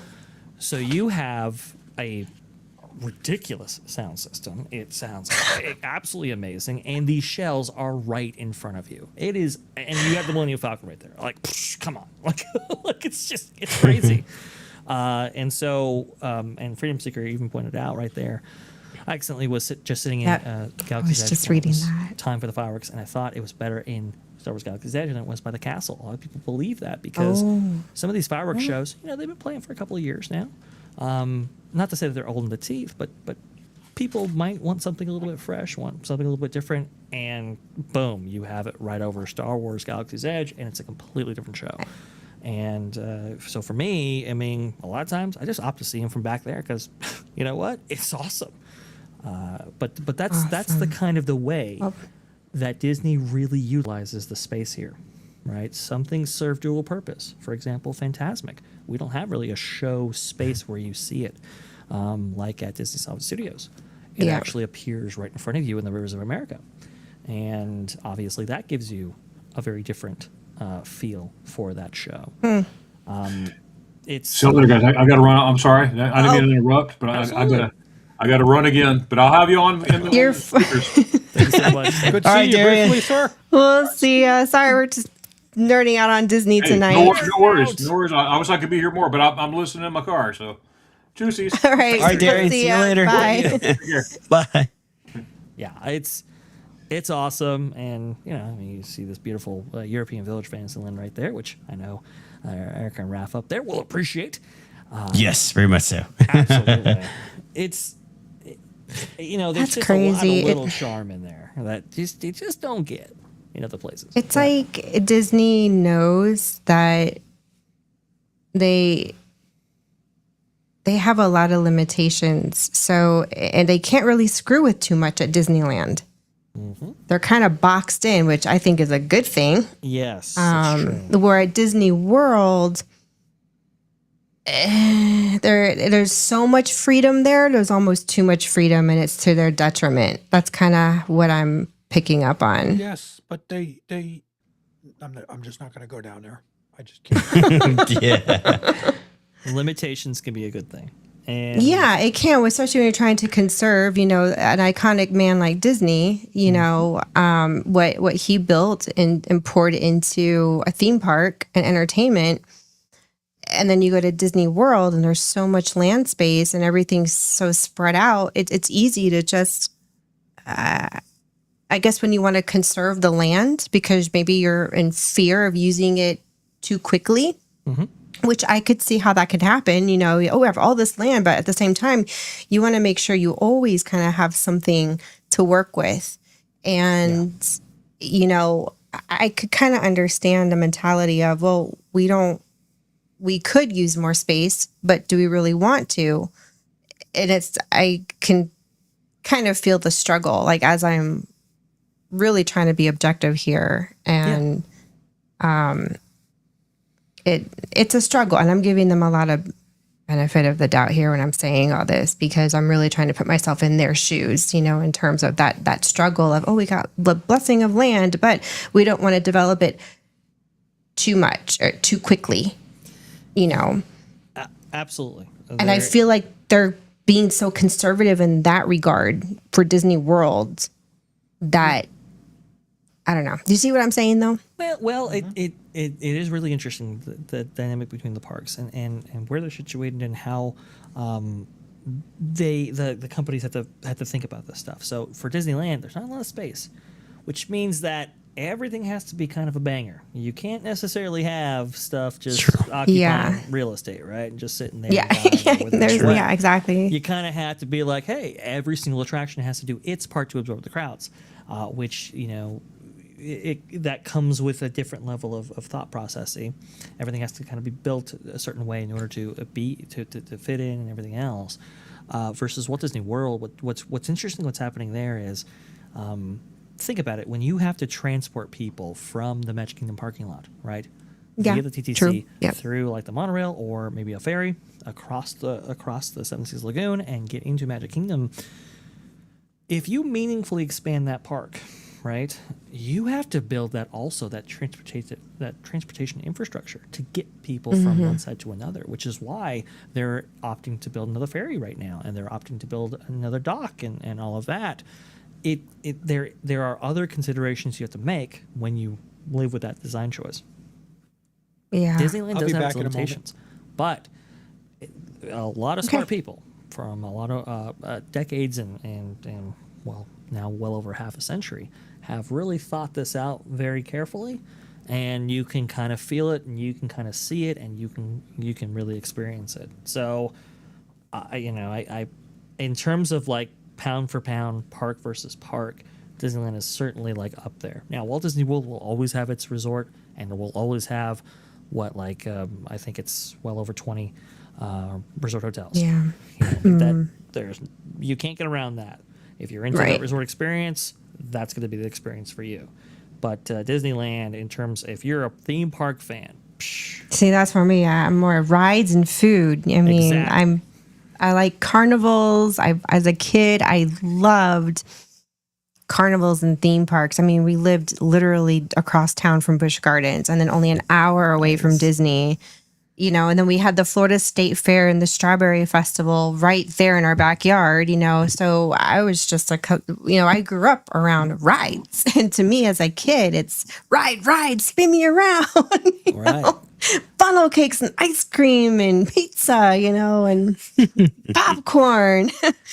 And that's what I grew up with. So Sure. obviously I've gotten older and I appreciate more theming now, but the kid in me is still like, "Ooh, another ride." Yeah, exactly. No, I totally get it. I mean, it's some people, one experience they're gonna gravitate towards over the other. But even if you are vibes, vibes over rides, Yeah. which Eric and I, Raph, Vibes over rides. Or- I'm equal there right now in my Yeah. old age. Right? I'm like, for sure. I don't have to give up rides yet. I'm not that old. exactly right. Nah, we're like big kids, man. We're like big kids. Dude, my grandmother went on, she was like in her 70s and she went on Tower of Terror. I couldn't believe that when you told me that. But I will not forget that. Mom and my older sister took grandma to Hollywood Studios. And Mom came home and she was like, "I cannot believe grandma went on Tower of Terror." And I was like, "Excuse me, what?" She's like, "Yeah, we got off the ride." She goes, "Oh, that was fun." That's wild. Well, I mean, hey, look, listen. If you're rides oriented, or even if you're vibes oriented, there's some really good vibes at both Disneyland and Disney California Adventure. But if you're a rider, certainly you're gonna be satisfied. I think with all the rides that Disneyland and Disney California Adventure has to offer. And like I said, you can do it in 3 days, and if you stay off property, like in various areas of Anaheim, you can actually get some great deals. That's what we have to weigh out is Right. like all that Yeah. costs, is do we want to be on property, even if we're on property for like maybe a day and then Just to get the switch- experience, yeah. just for the experience and then switch and go off property and stay at a different hotel or Airbnb, like all those little like financial things like Yeah. you're having to work through in your head. Oh, sure. I completely get it. Obviously, there's a lot to consider there. But from a value statement, you can, it's astounding value because you only have to split up between a couple locations. And it's very cool. And, well, Southern California weather is awesome. And you're also in Southern California, which means that Yeah. True. If you See, wanted it's to, like we've go never had Hollywood. Southern California food, and then there's theme park food. Some over here, like, how do we afford to eat our way through both? yeah, it's, hey, there's, you might want to. Because the good food is not lacking from what I can tell in Southern California. You've got like the Tex-Mex going, you've got the Asian scene is hopping, and I'm like, man, It's the one of foodie scene is. It's one of the foodie capitals of the world. So, LA, I mean, world's your oyster there for sure. And then, just beyond that, you have access to, Hollywood. You have Universal Studios Hollywood if you wanted to go there. If you have the Warner Brothers Studios tours, the Paramount Studio tours. There's just a lot in this area. And so, even if you were just outside Disney, it's I don't know it's if worth, I it's worth could. visiting. I don't know if I could bring myself to doing the studio tours. I don't know why. I don't know why. I just feel weirded out over the public being in. I didn't even as a 12, 13-year-old, I found it odd how MGM Studios was functioning both as a studio and a theme park. And I remember as a kid thinking, well, how's that going to work? Bringing in the public where there's like celebrities, like, is that going to kind of interfere with, I don't know, working? And I don't know. I mean, I would go to the theme parks. I don't know if I'm really into like seeing really the Hollywood stuff. Oh. For me, it's more the food and the theme parks. Through the theme parks, I got your back on that. Friends and go home, you know? No question there. There's plenty on offer in that regard as well. It's super cool, and it's only going to get better, especially with some of the investments that they're making to Disney California Adventure. And we're hoping for more investments for Disneyland. We'll see at tomorrow's show right there. As long as Iger stops Yeah. buying things. Yeah, 'Cause he can't like spend that. Oh, more he's Disney's still buying money. stuff, isn't he? Isn't he buying the Lakers now, apparently? Yes. I heard something about that. Oh, Well, God and bless he needs them. a place to put Bless the their Miss Piggy hearts. statue. Exactly. It is crazy. Now, Freedom Seeker makes a great point here. Disney, the DL property hotels aren't worth the money. Grand Worth the California's nice, money. but way too pricey. They do get Yeah. expensive. So there's only 3, and they're all considered deluxe. And I some of those know. are more deluxe than others. Oh yeah. But I was thinking maybe doing like renting the DVC points, Yeah. maybe going that route. But it would really just depend on a lot of factors. I mean, if we can't afford it, obviously we'll just stay off property. But my next question is, is there a dining plan for Disneyland like there is in Disney World? There is not a dining plan. for Okay, see Disneyland. that right there is all I needed to know. So with that, then yeah, we'll probably most likely stay off property Right? Because it's kind if of there's no incentive. Because I'm thinking food, eat my way through the park, and if I can Right. the parks, if I can do that on a dining plan, okay, yeah, I'll stay. I'll stay at a Disney resort, so I can experience, a lot of the food options, and that's already prepaid. But then I've got my cash flow, which means I can go off property and enjoy the Southern California food scene. You see you see how my brain Oh, is yeah. working, No, I know. but it's yeah. Get some, real Have my cake and eat it too. tacos, right? Think some it's your stomach. quesadilla tacos over there at Rancho del Zocalo, or sorry, no, it's a Rancho Cucamonga or whatever. You can get in and out. The whole world's your oyster in that regard, and I think Freedom Seeker's exactly right. Save money on hotel, buy food. Just Yeah, that's true too. Going off property, we have more more food to choose from. Now, one thing is for sure: the number one food thing on our bucket list for Disneyland are the corn dogs. Oh yeah. Yep. Those fresh, I freaking love a good corn dog, and those things the way they hand dip them in front of you're you right. in Yeah. front. Mhm. Super good. Yeah. They're Yeah, they look really good. And they're so piping hot. I'm like, okay, so much got- better than the Florida State Fair. I'm gonna go watch Magical Journeys now. You gotta get the corn dogs. You gotta get the churros. By the way, churros are way better out in Disneyland than they are in Florida. You've got to get the quesadilla tacos right there at the Quesadilla taco. It's Is that Disney or off Disney? yeah, no, it's at Disney. It's at Disney California Adventure at the in the San Francisco area. You'll have See, Rancho you're going to be Cucamonga. the one booking our food. So I'm gonna hit you and be like, you're going to, I see. Yeah. you tell us where to eat and we'll just show up. Yeah. Yeah. Well, maybe I can write you a whole recommended things to do right there. I've done There you that go. before for people, so that would be There you go. no problem at all. No, there's so much here, and yeah, it'd be so cool to have you come out and visit, and that'd be absolutely fantastic. DCA Nita says food is amazing all around. Disneyland better. Food off property. And then she says, although the food is better at Disneyland compared to Walt Disney World, although the churros are so good at Flanders. Okay. Flanders. That's And then she says DCA has the best food. Yeah. Ooh. DCA has really good eats. There's no question about that. There's obviously you have the Carthay Circle Restaurant or the Lamplight Lounge if you're looking for something more sit down. But even grab and go stuff, it's all around the park. It's just phenomenal. There's a lot of great distinctive locations that will provide you all kinds of great eats. It's just there's so much, and you know it's. I remember coming out to Walt Disney World a couple of times and just feeling like, as far as the parks go, you know, it's not quite as great as what we have at Disneyland, but for the resort, it's like awesome. It's fantastic.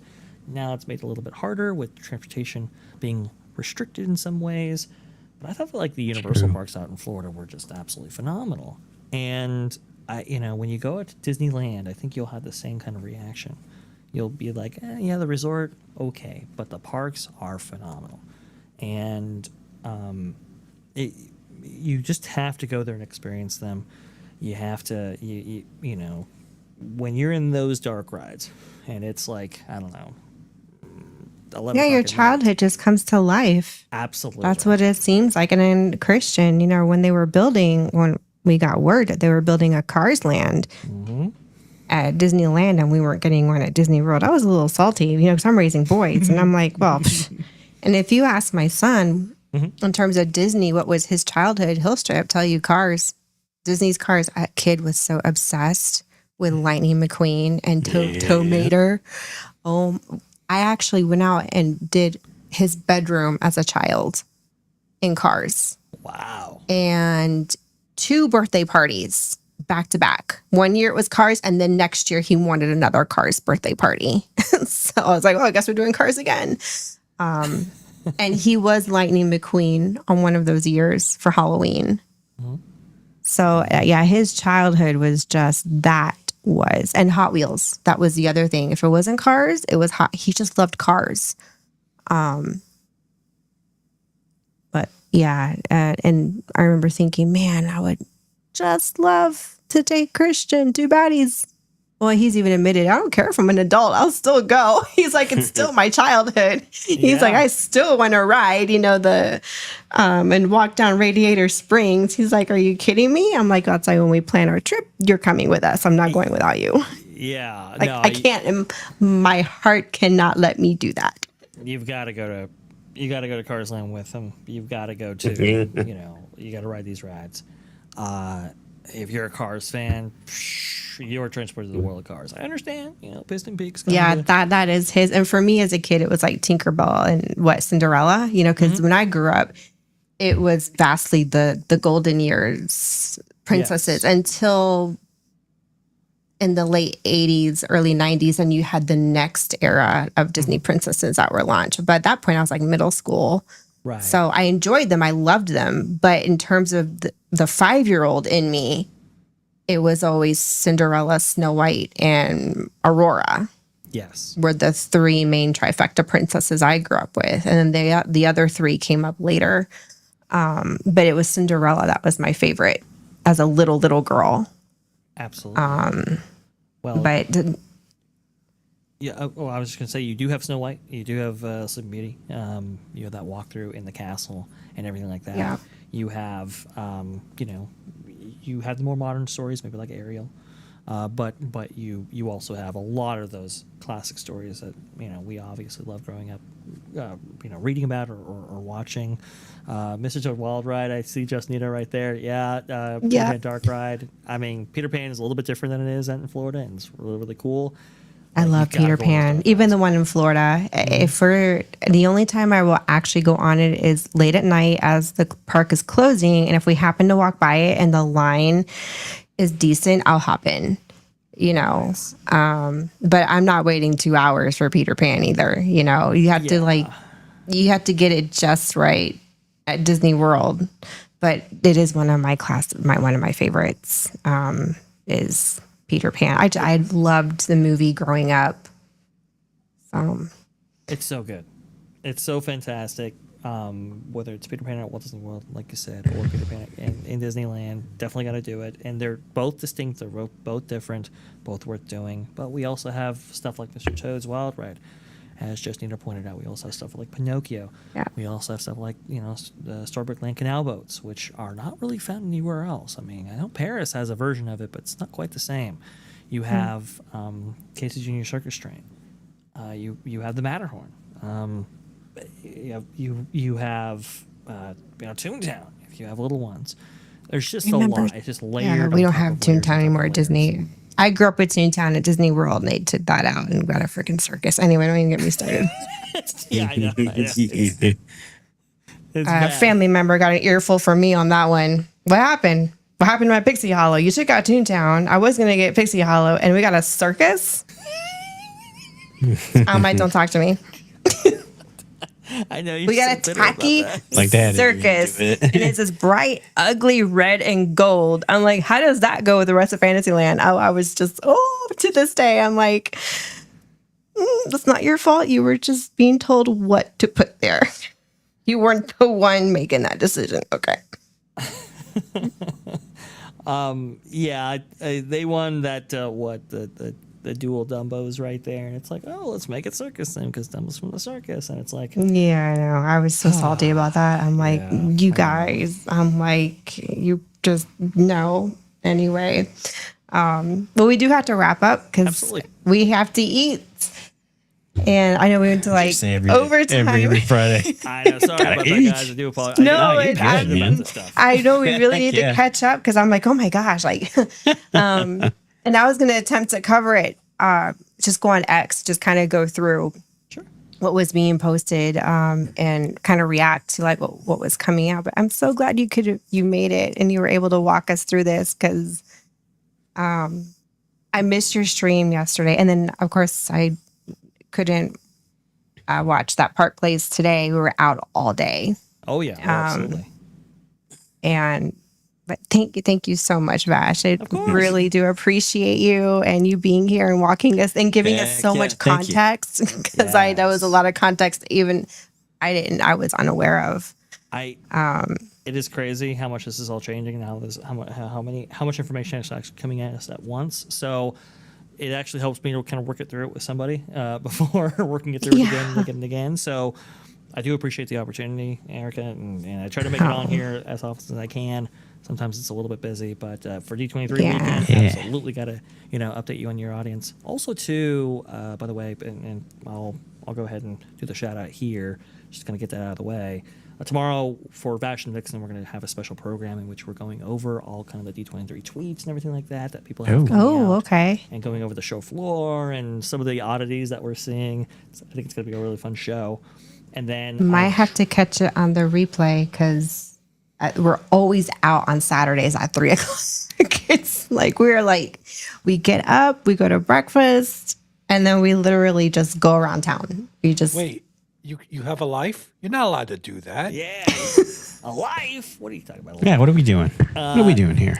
Well, and you got that going on, and then I'm gonna try at what is it? It's gonna be 7 p.m. California time, 10 p.m. Okay. Eastern.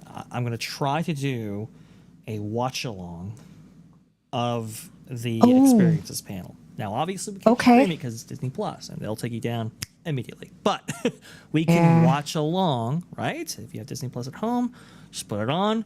We're watching the whole thing together. I see what you're saying. So we would watch it on the TV and then like react. You Okay, would be that's a smart workaround. There's Right. also another workaround, Vash, that I talked to you about offline. Okay. Well, maybe we can implement some of those things as well. Wow. But that's kind of my plan, my vision for that, and we to experience. Yeah, we'll the be home in the experiences evening panel, by then, so we'll be able to watch and tune in, right? and hear you like react and talk and all that stuff. Exactly. And I'm trying to see whether or not it's going to be on that Park Place or whether it's going to be on Vashkai Parkcast. I know Pro right now he's moving around. Right now he's going to Dollywood in order to cover. Yeah, I heard about that. He's going to the preview to the Wildlife gosh, Expedition. yes, gosh, that's that's awesome. Man, oh my gosh, I am really more excited for that than I am Encanto, just because that ride system is like wow. So good, right? Gosh. It's awesome. I'm like, Disney, you're really missing the ball here. Like, they could have done that for Avatar. They could have. I would have. You know? Very interesting. Oh yeah, because I think that's the one. If I had one criticism, it's like, oh, is there going to be a thrill type element to Avatar? We'll see if there is. But if it's like, a big version of Navi River Journey, then it's kind of like, oh, I don't know if that's the way. Yeah, I know. Compared to what Dollywood's bringing to the table, you're like, what? Like, you I couldn't have. know. For us theme park nerds that keep up with this stuff, it's like Disney, like the Avatar. It's cool and everything, but you got this like little theme park over here. Just knocked it out of the water with a boat ride. You could have done that, but Boom. yeah, we'll have to see what they actually build and what. I know it's like more. It's like there's still missing information there, Right. for us to really say for sure what. And I'm hoping it will be exciting. I hope maybe since Dollywood, we know now what they're bringing to the table. Mm-hmm. I'm like, okay, Disney, have you known about this? Are you going to compete with that? Or, wishful thinking because Disney is capable. I just feel like they choose not to tap into their their max potential. Right. Yeah. I know think what they it feels can, like, right? and maybe their confidence isn't there, or it's just, I don't know, profits over creativity. Maybe I don't know. It's like that's a whole Well, we'll stuff we're always dicing and slicing, on all the streams. absolutely, and we'll dice and slice actually tomorrow. Like I said, 10 p.m. Eastern. We're gonna see like whose channel is going to be on. But if it's on Vashkai Podcast, Erica, you're certainly invited if you want to go ahead and join us for that, because that'd be pretty cool. I will absolutely be home. You give me an invitation, I will be home. I will fair have dinner already done, and Boom, we're on, we're going. Yeah, just make sure everybody get your Disney Plus accounts there. Just What time for is a this month, again, Vash? Cancel after. This is gonna be tomorrow at 10 p.m. Eastern, 7 p.m. Pacific. Okay. So that's where we're at. so that's 6 p.m. our time because we're an hour behind Pacific. I believe it's Ahead? 8. Oh. Ahead. It's 8 o'clock. Jesus. Ahead. Okay, I will. Yes. It's all right. Don't worry. You'll worry. get I will get Figure used to it this. Yes. Erica I Texas will time. get used to this. There you go. At 8 p.m. There you go. That's what it's going to be. But don't worry. Have everything ready. We'll go, and it's going to be a lot of fun. So expect that. And other than that, that's what's going on in Vashkai Parkcast. I know we're going to have to do something on theme park and maybe Sunday, but we're still working that out. So Erica, thank you so much for having me on. This was a blast. Awesome stuff. Oh, this is fun. Thanks for being here. Yeah, Thanks for likewise. being here. And Absolutely. It's like, Tom, what do you it's got cool. going on? Well, for- I have a little premiere tomorrow about 8:15 Eastern. It's going to be on the Bark Magnitude channel. It's going to be a little video. It might be titled The Rabbit Ninjas. So you might want to all come check it out. It's maybe 3-4 Heck minutes yeah. of your time, and it'd be a good time. And give me some feedback. And it's seen from the dog's point of view. So Sounds like fun. Awesome. And as for us over here, well, I got a last video I need to edit, put together from Germany. And we'll probably, we got to start vlogging again, getting more content on the channel because now YouTube has decided to come out and say that as of February 1st, 2027, watch time hours are doubling for eligibility for monetization. So yeah, we've got pretty much 6 months if we want to be monetized to hit the goal before it becomes even more difficult. So we'll see how that goes. We'll just we'll roll with the punches. I mean, It'll be fine. and and I am working on merch. So that's been really taking up a lot of my time this week in my free time is designing stuff. And I'm hoping by Monday or Tuesday, we'll have it set up and ready to go. That's my goal. So that's what's coming up over here. And thanks everyone for being here. And we will see y'all next week. Same time, same place. And we'll see you. Bye. yeah. Thanks, guys.